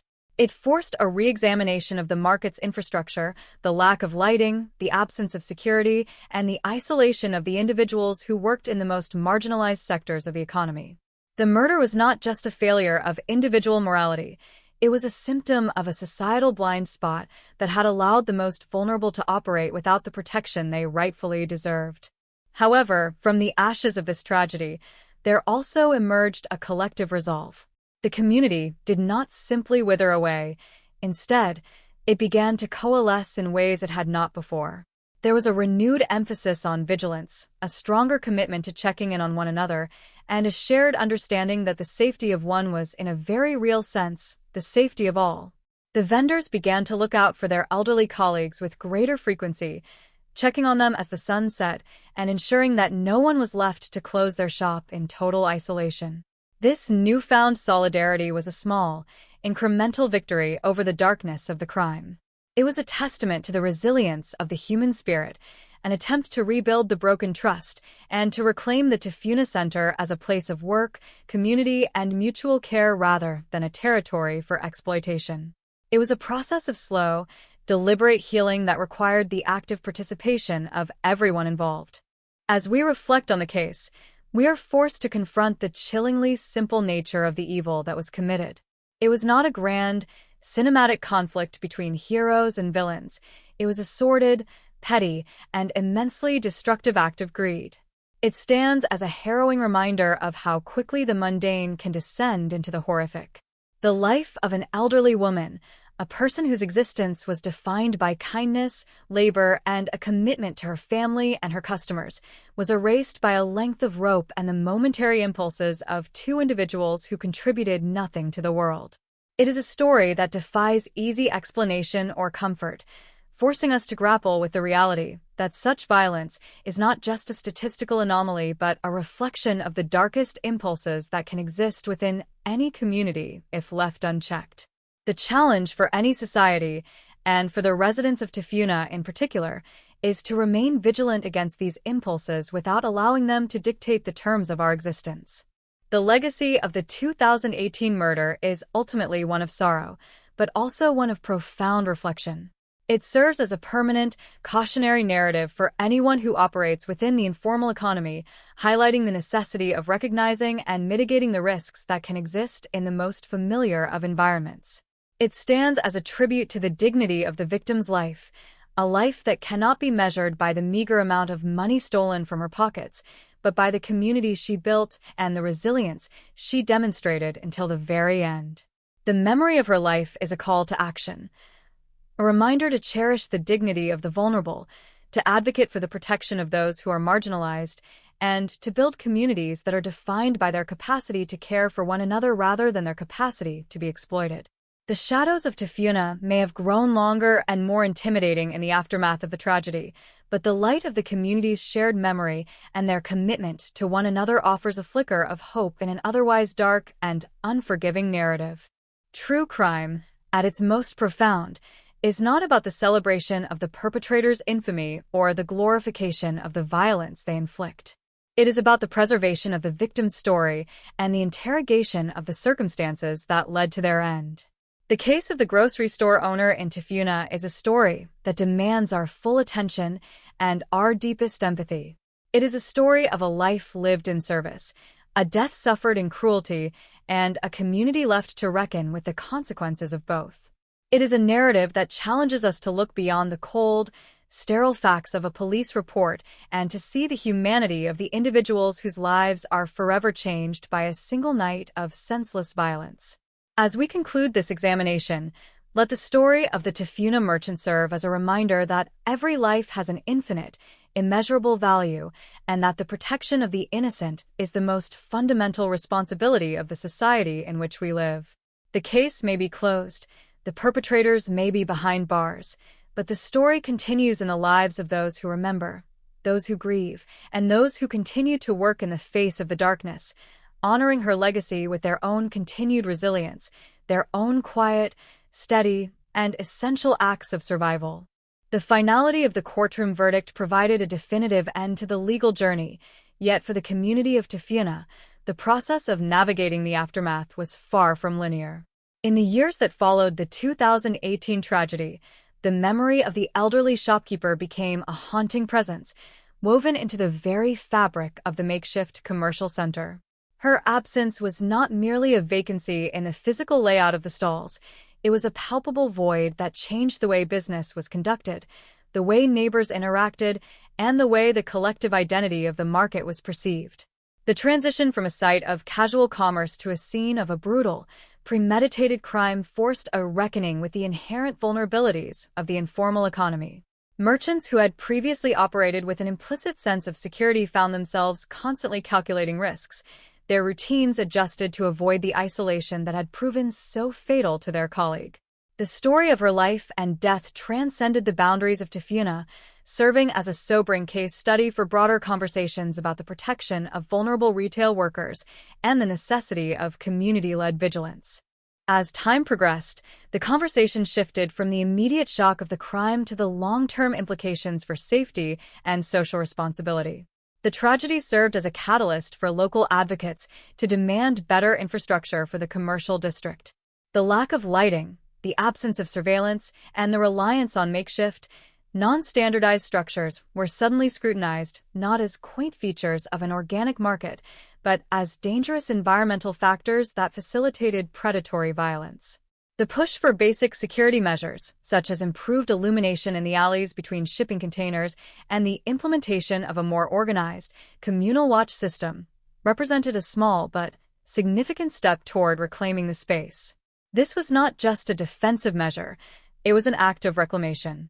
By asserting their right to safety, the remaining vendors and shopkeepers were declaring that their livelihoods and their lives were worth the investment of time and resources. They were determined that the darkness, which had once been weaponized against one of their own, would no longer be allowed to govern their operating hours. The emotional burden borne by the community was perhaps the most difficult aspect of the long-term recovery. For those who had worked alongside the victim, the experience of returning to their stalls every morning was a complex, multi-layered encounter with grief. It involved confronting the reality of their own fragility and the understanding that the market they built, while a source of livelihood, was also a terrain where such horrors could occur.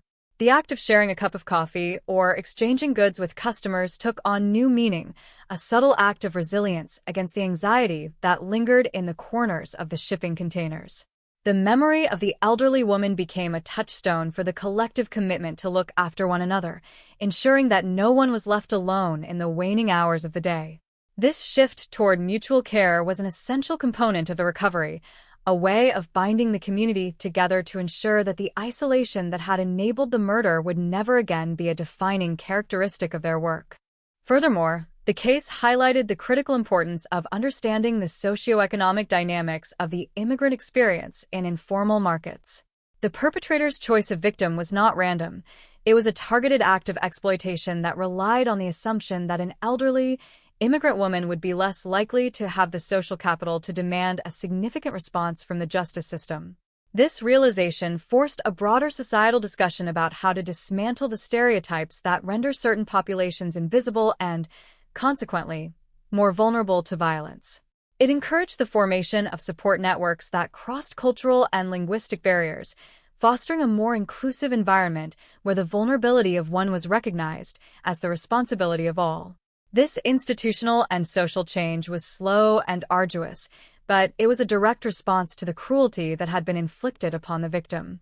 It was a commitment to ensuring that her death would not be in vain, but rather a catalyst for a more just and vigilant community. The broader implications of the case also extended into the domain of legal and ethical advocacy. The involvement of a juvenile accomplice, guided by an adult perpetrator, sparked profound questions about the cycle of violence and the failures of the social systems meant to intervene in the lives of troubled youth. The courtroom proceedings had highlighted the tragedy of a young person being drawn into a life-ending crime, raising concerns about the mentorship of evil and the absence of structures that could have redirected such individuals toward constructive paths. This aspect of the crime, while peripheral to the primary focus of the prosecution, remained a crucial element of the public reflection. It prompted discussions about education, youth engagement, and the need for comprehensive strategies to address the root causes of criminal behavior in environments of economic and social marginalization. The case was a stark, uncompromising illustration of how the breakdown of morality at the individual level, when left unchecked, creates devastating consequences for the entire community.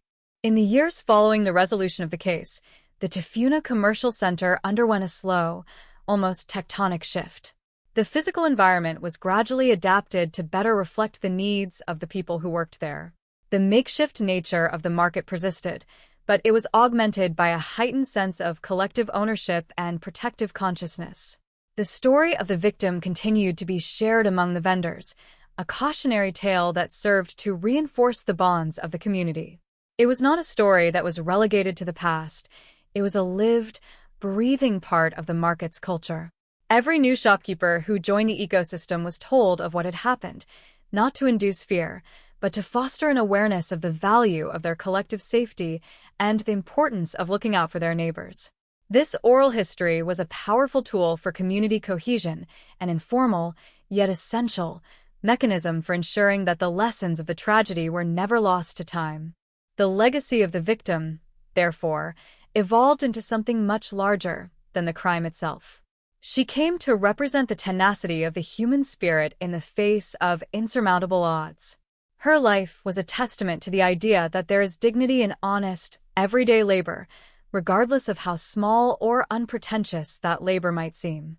Her existence was a vital, irreplaceable part of the Tafuna tapestry, and her death became a rallying point for the community to affirm the value of every single life within its borders.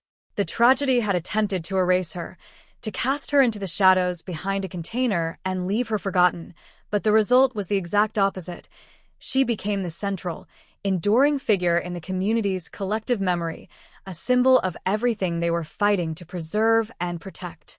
Her resilience in life, and the memory of her struggle, now serve as the foundation upon which a more vigilant and unified community is built.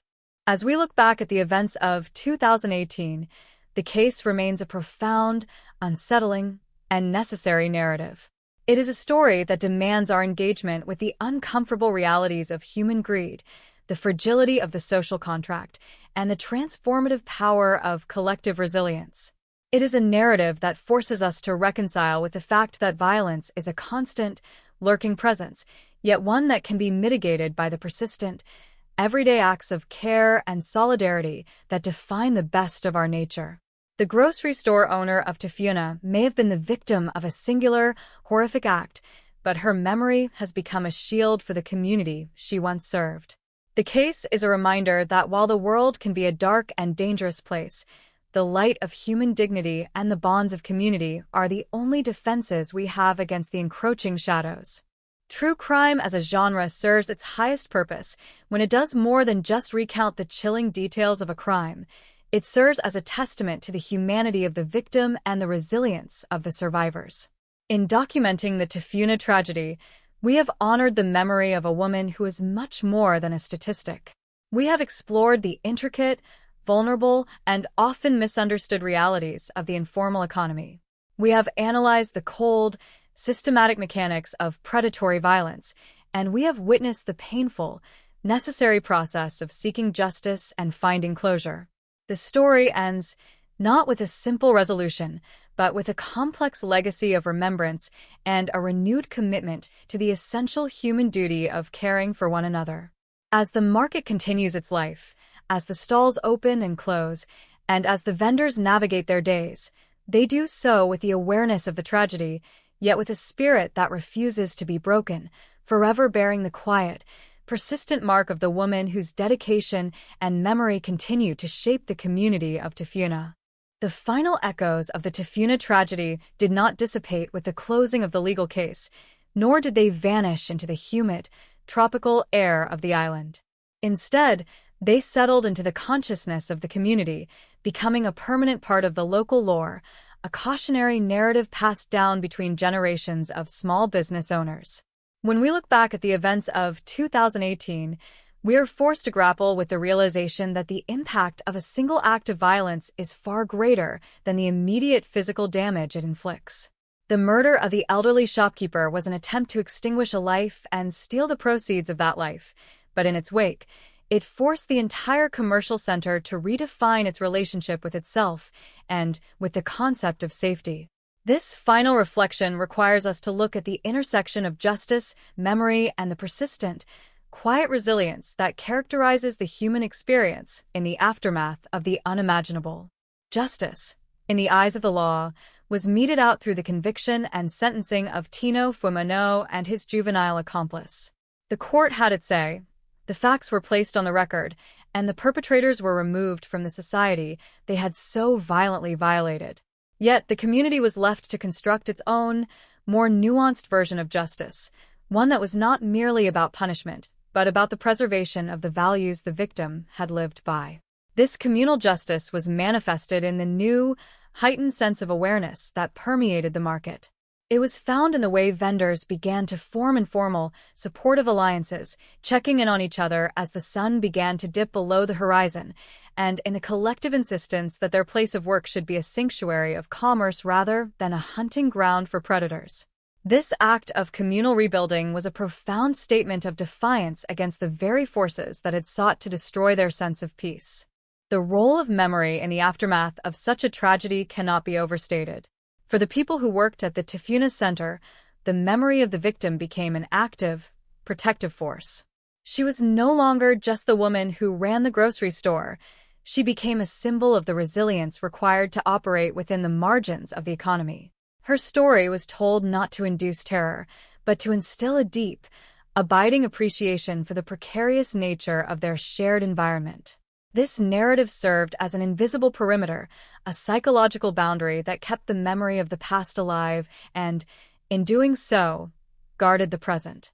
Every time a new vendor set up shop or a young person began their career in the market, they were introduced to the history of the site. They learned of the sacrifice, the violence, and the ultimate, enduring commitment to community that defined the legacy of the 2018 incident. This, in many ways, was the most effective form of justice, a persistent, living memorial that ensured her life would continue to hold meaning long after the physical shop had changed hands or the landscape had evolved. When we consider the broader implications of the case, we are forced to confront the structural vulnerabilities of informal economies globally. The Tafuna market is a microcosm of a much larger, global reality where immigrant entrepreneurs and the elderly are frequently pushed to the fringes of economic security. They are the individuals who perform the essential, day-to-day labor that sustains the local economy, yet they often exist in a state of hypervisibility to predators and invisibility to the institutions that could provide them with protection. The murder of the store owner brought this disparity into sharp focus, forcing local authorities to recognize that the lack of infrastructure, the dark alleys, the unmonitored storage areas, and the absence of a visible security presence was not merely a logistical failure, it was a systemic oversight that prioritized profit and convenience over the fundamental human right to safety. The long-term recovery of Tafuna required an acknowledgement of this oversight and a willingness to commit to a more inclusive, secure future for all its workers. This is a journey that remains ongoing, a continuous effort to bridge the gap between the vibrancy of commerce and the necessity of safety. The tragedy also left an indelible mark on the nature of the true crime narrative itself. We often consume stories of violence from a distance, treating them as clinical puzzles to be solved or as dark, sensational dramas to be observed from the safety of our homes. The Tafuna case, however, challenges this detachment. It insists that we recognize the humanity of the victim, the systemic failures that allowed her to be targeted, and the profound, long-term impact on the community that survived her. It serves as a reminder that every crime is a rupture in the fabric of a community, and the resolution of that crime is only the first, often insufficient, step toward healing. True crime, when approached with empathy and a commitment to the truth, becomes a tool for reflection and, ideally, for change. It invites us to consider the ways in which we might prevent such ruptures from occurring in our own spaces, and how we might support those who have been affected by the violence of others. As we look toward the future, the lessons of the 2018 murder remain as relevant as ever. The world continues to be a place where the vulnerable are targeted and where the shadow of violence is a constant companion to those who labor at the margins. Yet, the story of Tafuna also offers a flicker of enduring hope. It demonstrates that when a community is confronted with the absolute worst of human nature, it can choose to respond with its best. It can choose to solidify its bonds, to advocate for its rights, and to preserve the memory of its fallen with dignity and resolve. The resilience of the vendors who continue to operate in the Tafuna Commercial Center, who continue to show up each morning and provide for their community despite the lingering trauma of the past, is a testament to the power of the human spirit to overcome. They are the keepers of the flame, the ones who have decided that their market will not be defined by the actions of two cold-blooded killers, but by the persistent, unwavering dedication of those who built it. This narrative, which began with a study of a brutal and premeditated crime, concludes with a broader meditation on the nature of loss and the endurance of the community. The murder of the grocery store owner was a moment of profound, irredeemable loss, a theft of a life that had contributed so much to the world. But it was also a catalyst for a deeper, more profound form of understanding. It pushed the people of Tafuna to realize their own value, to recognize their collective strength, and to accept the responsibility of looking after one another in an often indifferent world. Their story is one that is far from finished. It is a story of continuous work, of constant vigilance, and of the enduring, quiet power of people who have decided that their community and the lives within it are worth protecting at all costs. In the end, the story of the Tafuna grocery store owner is a profound reflection on the sanctity of life. We often lose sight of this in the complexities of our daily routines, in the pursuit of our goals, and in the noise of the world around us. But cases like this, where a life of such dedication is so carelessly snuffed out, serve as a stark, uncompromising reminder of what is at stake. We are all interconnected in ways we rarely appreciate, and the safety of our neighbors is intimately linked to our own. The Tafuna market stands today as a place of commerce, but it also carries the weight of history. It reminds us that every transaction, every interaction, and every moment of our days should be approached with a consciousness of the humanity of others. We are all, in our own way, navigating the shadows, and it is only by working together, by watching out for one another, and by fostering an environment of mutual care that we can hope to emerge into the light. The memory of the woman who once stood in her small grocery store, working hard to build a life in a land that was not her own, remains a powerful and enduring force. She may be gone, but the community she served and the spirit she helped to build live on, a testament to a life that continues to influence the world in small, significant, and necessary ways. She remains, in the hearts of those who remember her, a symbol of the quiet, unyielding courage that defines the very best of us, and a beacon that reminds us all of the importance of standing together in the face of even the darkest, most encroaching shadows. The conclusion of our examination into the tragic events in Tafuna necessitates a final, contemplative look at the intersection of individual narrative and collective resilience. While we have meticulously charted the progression from the premeditated ambush to the final legal judgment, we must acknowledge that a story as profound as this does not truly end with a verdict. Instead, it embeds itself into the history of the place, becoming part of the landscape that the residents of Tafuna traverse every day. The 2018 murder was a rupture in the expected flow of life, a violent interruption that forced a community to confront the darkest aspects of the human condition. To look back on these events is to understand that the true measure of a society is not how it behaves when things are stable, but how it responds when the most foundational elements of safety and trust are stripped away. The grocery store owner, whose name and specific details remain a private testament to her life, serves as the anchor for this entire narrative. She was not a public figure or a beacon of power. She was a private, hard-working individual whose existence was built upon the bedrock of consistency.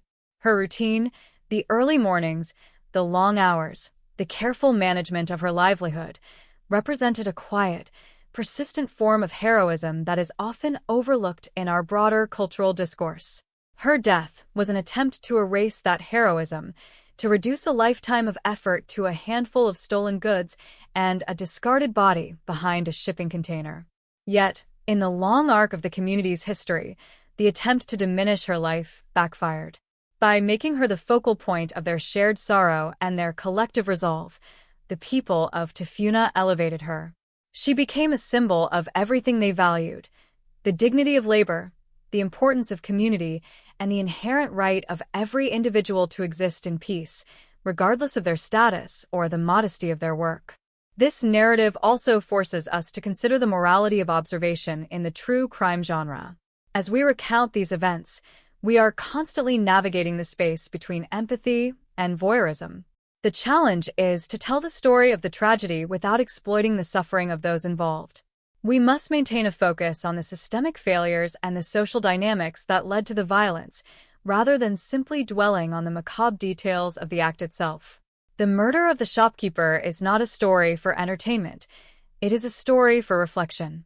It is an indictment of the environment that allowed such a crime to occur and a call to action for those who have the power to create a safer, more equitable world. Every time we engage with such a narrative, we are participating in a process of collective witness. We are acknowledging that a wrong was committed, that a life was stolen, and that the world is, in some small but significant way, poorer for that loss.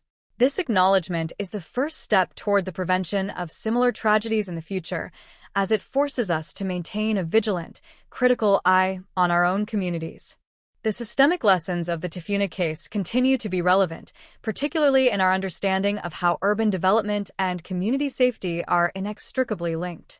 The makeshift commercial center was a testament to the ingenuity of the people who operated within it, but its lack of basic infrastructure was a vulnerability that predators were quick to identify.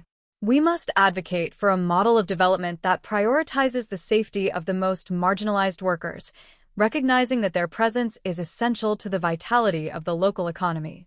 This means implementing better lighting, establishing clear lines of sight, and fostering an environment where suspicious activity is noticed and reported long before it can escalate into violence. The tragedy of 2018 was not an inevitable byproduct of economic activity. It was a consequence of the neglect of the physical and social spaces that people rely upon. By investing in the safety of these spaces, we are investing in the dignity and the protection of the people who use them, ensuring that they can go about their work without the looming, silent threat of predatory harm. Furthermore, we must address the issue of mentorship in criminality, which was so chillingly present in the partnership between Tino Fumano and his juvenile accomplice. The fact that an adult would lead a minor into such a horrific act of violence is perhaps the most disturbing detail of the entire case. It reflects a profound moral failure and a systemic breakdown in the guidance and support systems that should exist for our young people. When the older generation fails to provide a moral compass for the younger, the consequences are catastrophic, not only for the victims of their crimes but for the young people themselves, whose lives are often permanently altered or destroyed by their involvement in such atrocities. This aspect of the case should serve as an urgent call for more robust youth outreach and intervention programs, specifically tailored to reach those who are at the greatest risk of being drawn into the orbit of violent adults. We cannot afford to be passive observers of the cycle of crime. We must be active participants in creating pathways toward a more constructive, purposeful life for all members of our community. As we bring this narrative to a close, we return to the quiet resilience of the Tafuna community. Despite the trauma, despite the fear, and despite the lingering presence of the shadows, the market persists. People continue to show up, they continue to trade, and they continue to rely on one another. This is not a denial of the past, but a demonstration of the power to move forward in spite of it. The residents of Tafuna have transformed their collective grief into a protective barrier, a shared commitment that ensures they are no longer operating in isolation. They have taken the memory of their lost neighbor and turned it into a standard for how they should treat one another, with vigilance, with kindness, and with an unwavering commitment to the safety of their collective. The grocery store owner's legacy is not the darkness behind the container. It is the light that continues to shine in the vibrant, industrious, and closely knit stalls of the commercial center.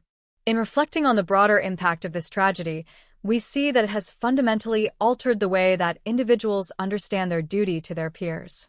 The atomization of modern life, which often leaves people feeling isolated and disconnected from their neighbors, was starkly confronted by the events of 2018. The murder brought home the reality that we are not autonomous islands. We are part of an ecosystem that depends on our awareness and our concern for those around us. The transformation of Tafuna into a more watchful community is a lesson that can be applied in many other contexts. It is a reminder that the safety of our surroundings is a responsibility we share, and that the small, everyday acts of looking out for our neighbors are the most powerful deterrents against the intrusion of violence. When we act with concern for one another, we are creating a barrier that makes it significantly harder for predators to operate. Finally, we must honor the life that was taken by ensuring that the lessons learned from her death are not forgotten. The memory of the grocery store owner should remain a constant touchstone for the Tafuna community, a reminder of the fragility of the life they build together and the strength they possess when they act as a unified body. We must continue to share her story, not as a means of rehashing the trauma, but as a way of reinforcing the values that have allowed the community to endure. We should celebrate her contribution to the economic and social life of the market, and we should acknowledge the profound loss that her death represents. The resolution of this case is not the end of the narrative. It is the beginning of a long, sustained commitment to the protection of the innocent and the fostering of a more just, empathetic, and vigilant society. As we close this account, we do so with a renewed appreciation for the sanctity of every individual life, a deeper understanding of the societal obligations we share, and a profound respect for the resilience of those who continue to work, build, and flourish in the face of the encroaching dark. The story of the Tafuna merchant is a timeless one, a story of loss, of justice, and of the enduring light that survives even the longest, coldest night. May her memory continue to inspire the safety and solidarity of all those who inhabit the commercial center, ensuring that the shadows are always held at bay by the light of our shared commitment to one another. The case is indeed closed, but the humanity of the victim remains, a lasting and essential part of the community's soul, reminding us all of the power of resilience, the value of connection, and the essential importance of the work we do to protect the vulnerable. May we always be mindful, may we always be watchful, and may we always remain united in our dedication to the common good. The final closure of the Tafuna Commercial Center's darkest chapter does not reside in the sterile pronouncements of the courtroom, but rather in the enduring, everyday actions of those who continue to sustain the market's heartbeat. As we move past the formal resolution of the case, it becomes increasingly clear that the true monument to the victim is not a plaque or a memorial, but the persistent, collective effort of the community to remain whole in the face of tragedy. The narrative of the 2018 murder, while fundamentally grounded in a heinous act of violence, has evolved into a testament to the capacity of individuals to recalibrate their own resilience. By choosing to return to their stalls, to engage with their neighbors, and to maintain the vibrant, albeit informal, economy of Tafuna. The merchants have demonstrated that the darkness imposed by the perpetrators was ultimately a temporary state, easily overcome by the consistent light of human solidarity. The path forward for Tafuna has been paved with the realization that their vulnerability, once exploited by those with malicious intent, could be transformed into a source of mutual protection and collective empowerment. This is the ultimate, quiet victory over the violence that once threatened to shatter their world. Reflecting upon the entirety of this account, one cannot help but be struck by the stark, unrelenting contrast between the life of the grocery store owner and the actions of those who ended it. Her existence was a manifestation of the slow, methodical construction of a life, day by day, customer by customer, coin by coin, whereas the perpetrator's actions were the embodiment of an instantaneous, destructive impulse. This duality is central to the human experience. We are all capable of building or destroying, of contributing to the common good or feeding our own destructive appetites. The tragedy in Tafuna serves as a mirror, challenging every reader to consider their own role in the communities they inhabit. Are we the builders, the neighbors who look out for one another?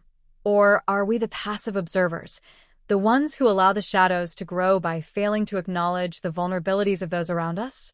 The response of the Tafuna vendors suggests that the former is not only possible, but necessary. By fostering an environment of active care, they have created a structure that resists the fragmentation that typically follows such high-profile acts of violence. Furthermore, the long-term recovery of the market highlights the vital role of oral history in the preservation of community integrity. The story of what happened that night is not hidden away or treated as a shameful secret. It is a known fact, shared across the generations of shopkeepers, serving as an ongoing lesson in the importance of awareness and shared responsibility. This active remembering ensures that the victim is never truly forgotten and that the circumstances of her death remain a constant, if somber, point of reference. By integrating the tragedy into their shared history, the people of Tafuna have stripped the crime of its power to cause further fragmentation. They have transformed a narrative of victimhood into a narrative of survival and vigilance. This is a profound shift that speaks to the strength of their community bonds, suggesting that when a group of people truly cares for one another, they are capable of neutralizing even the most traumatic of historical events. As we consider the legal and societal landscape in which this crime occurred, it is essential to emphasize that the responsibility for safety does not rest solely on the shoulders of the marginalized. The Tafuna case is a clear signal that municipalities and local authorities must do more to ensure that the informal economy is not left to function in a state of perilous neglect. The lack of basic infrastructure, such as reliable lighting and clear walkways, is a policy choice that disproportionately impacts the most vulnerable members of our society. The tragic events of 2018 must serve as a perpetual reminder that public safety is an investment, not an expense. By providing the basic tools for security in every corner of the commercial landscape, we are acknowledging that every worker, no matter how modest their shop or how informal their business, is entitled to a baseline of safety. The legacy of the victim is the mandate for this necessary systemic change, a demand that future urban planning and community development be grounded in the protection of those who are most at risk. The involvement of the juvenile accomplice remains one of the most painful aspects of the story, serving as an enduring reminder of the failure of society to reach the young before they are lost to the impulses of violence. The ease with which a minor was inducted into the act of murder by an adult figure is a systemic alarm, signaling a breakdown in the protective structures that should guide our youth. If we are to prevent the recurrence of such tragedies, we must invest heavily in the mentorship, education, and support of the younger generation. We must provide them with alternatives to the pathways of delinquency and ensure that they are surrounded by influences that encourage construction rather than destruction. The tragedy of the juvenile's involvement in this crime is a tragedy of lost potential and moral decay, a reminder that the failure to protect the young is a failure that ripples outward to devastate the entire community. In our final reflection on the life of the grocery store owner, we must acknowledge the inherent, infinite dignity of her labor. She was part of a vast, global tapestry of immigrant entrepreneurs who, through their grit and persistence, have enriched the fabric of the communities they chose to call home. Her story is not simply one of being a victim. It is a story of being a contributor, a pillar of the local economy, and a provider of essential goods and social connection. That she was taken in such a manner is a profound injustice, but her impact remains, etched into the lives of those she served and the community she helped to define. Her story continues to be one of resilience, as it has become the standard against which the community measures its own growth and its ongoing commitment to safety. She remains a presence, a quiet force of industry and persistence that continues to guide the market toward a future of greater awareness and care. The conclusion of this account is, in many ways, an invitation to continue the work that has been started in Tafuna. The shadows may always exist, and the threat of violence may never be entirely erased from the human condition, but the capacity of a community to stand together is a powerful, enduring shield. By staying committed to the principles of mutual support, by keeping the memory of the past alive, and by advocating for the systemic changes necessary to ensure safety for all, we are honoring the victim in the most meaningful way possible. We are affirming that the world she lived in, and the world we live in today, can be transformed by the daily, intentional acts of those who choose to build rather than destroy. As we close this narrative, let us carry with us the lesson of Tafuna, that while we may be vulnerable, we are also profoundly capable, and when we choose to act in concert, we create a light that is strong enough to pierce the darkest of corners. May the memory of the shopkeeper continue to thrive in the marketplace she helped to sustain, and may her life continue to be a source of strength for all those who strive to make the world a more secure and empathetic place. The story of Tafuna is a story of our collective potential for both cruelty and grace, and the residents have chosen the path of grace, time and time again. They continue to open their doors, they continue to serve their community, and they continue to do so with a heightened sense of vigilance that is the product of their shared trauma and their shared triumph.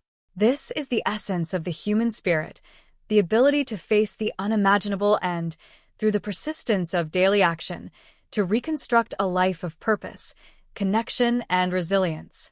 The case may be resolved, the ledger may be closed, but the work of Tafuna remains, a vibrant and essential testament to the endurance of the community and the lasting, indelible impact of a life well lived in the service of others. We end this not with a finality, but with a continued resolve to look after one another, to protect the vulnerable, and to cherish the light we create together every single day. The narrative of the Tafuna grocery store tragedy eventually transcends the specific details of the crime, evolving into a broader, meditative exploration of how communities process collective trauma and redefine their boundaries of safety.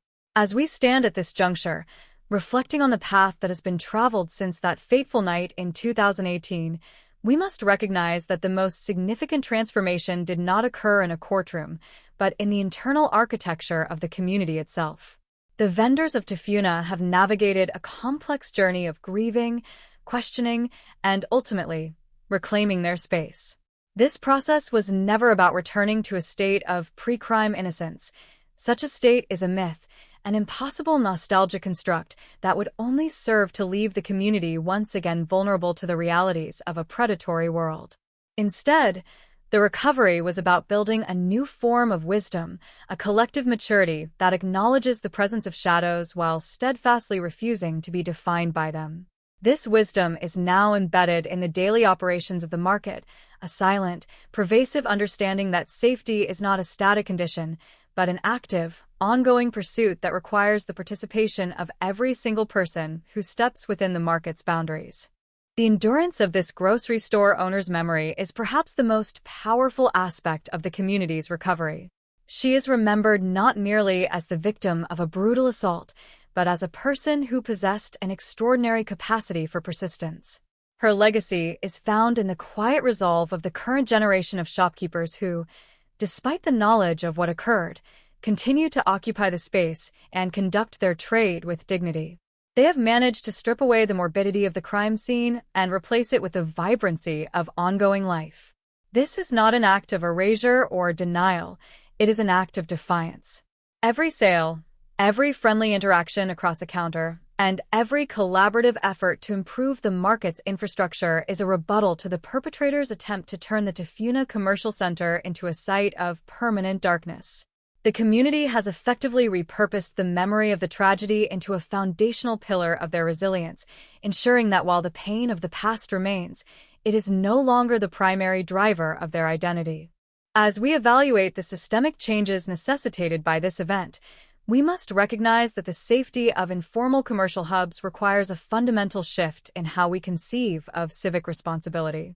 The Tafuna case demonstrated that neglect, whether deliberate or due to a lack of resources, creates a vacuum that is inevitably filled by those who seek to exploit the most vulnerable. True justice for the victim requires a commitment to ensuring that the conditions which enabled the murder, the total isolation, the lack of visibility, and the absence of any support network, are systematically dismantled. This means that local authorities must engage with these communities not merely as sites for tax collection or regulation, but as essential partners in the creation of public safety. The story of Tafuna serves as a stark warning to other regions. A failure to invest in the dignity and safety of the most modest commercial environments is a failure that will, sooner or later, demand an unacceptably high price in human lives. The role of the juvenile accomplice continues to haunt the periphery of our understanding, forcing us to examine the mechanics of social disintegration that lead to such a catastrophic loss of potential. The mentorship of violence, in which an adult figure guides a minor toward a life-ending crime, is a chilling phenomenon that demands our immediate attention and our most innovative prevention strategies. We must ask ourselves what societal failures created a landscape where such a mentorship could thrive, and what we can do to provide meaningful, life-affirming alternatives for those who find themselves on the margins. This is not just a call for more policing or stricter sentencing.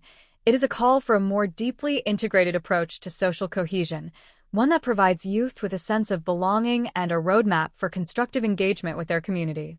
The tragedy of the Tafuna case is that it was entirely avoidable, a byproduct of societal blind spots that we continue to perpetuate if we do not act with urgency and compassion. Furthermore, we must address the persistent, corrosive nature of the fear that follows such a crime. Fear has a way of turning inwards, causing a community to become suspicious and guarded, which can often destroy the very trust that is required for that community to function. The Tafuna vendors fought against this tendency by deliberately fostering an environment of mutual care. They realized that if they succumbed to the paralyzing effect of fear, the perpetrators would have achieved a second, more insidious victory, the destruction of their social cohesion. By choosing to talk, to share the burden of their grief, and to collectively advocate for a safer environment, they effectively neutralized the divisive power of the trauma. This is a profound lesson for any community that has faced the crushing weight of sudden violence. The response must be one of increased connectivity, not increased isolation. The social fabric is at its strongest when it is tested, and the vendors of Tafuna have demonstrated that their bonds are far more durable than the transient, destructive actions of the few. The grocery store owner's life and death serve as a permanent, albeit painful, marker in the evolution of the Tafuna commercial district. Her presence was essential, and her absence is a testament to the fact that every individual, regardless of their background or the size of their shop, occupies a critical place in the life of their community. Her story is a narrative of the universal struggle to build, to sustain, and to contribute, even in the face of daunting adversity. We owe it to her memory to continue the work of making the world a place where such labor is honored, where such lives are protected, and where the dignity of every worker is held as an absolute, non-negotiable value. This is the most profound form of justice, one that looks toward the future with a commitment to rectifying the injustices of the past. It is the work of every day, a continuous process of looking out for one another and ensuring that the light of our shared commitment to the common good is never again extinguished by the cold, calculating greed of those who would see us divided and afraid. As we conclude this comprehensive exploration of the Tafuna tragedy, we find ourselves with a deeper, more nuanced appreciation for the fragility and the resilience of the human experience. We have traversed the darkest of pathways, witnessing the destructive force of premeditated violence and the overwhelming sorrow that follows in its wake.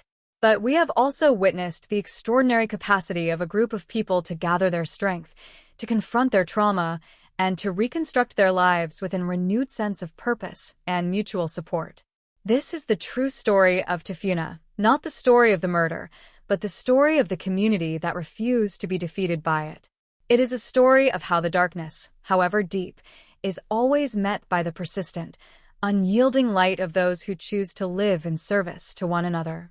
May we carry this lesson with us as we go forward, mindful of the fragile bonds that hold our societies together, and committed to the vital, life-affirming work of protecting and nurturing the humanity of everyone around us.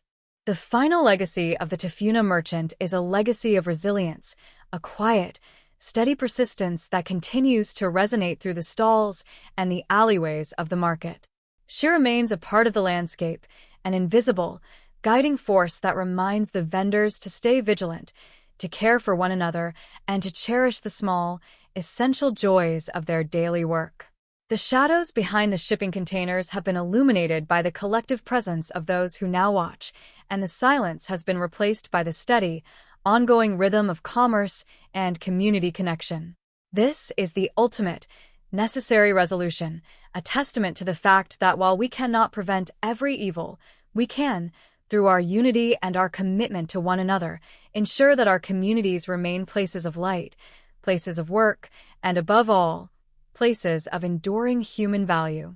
The story is closed, but the life continues in the daily actions of the people of Tafuna, a lasting, vibrant, and essential tribute to a life well lived and a community that has found its strength in the face of the unthinkable.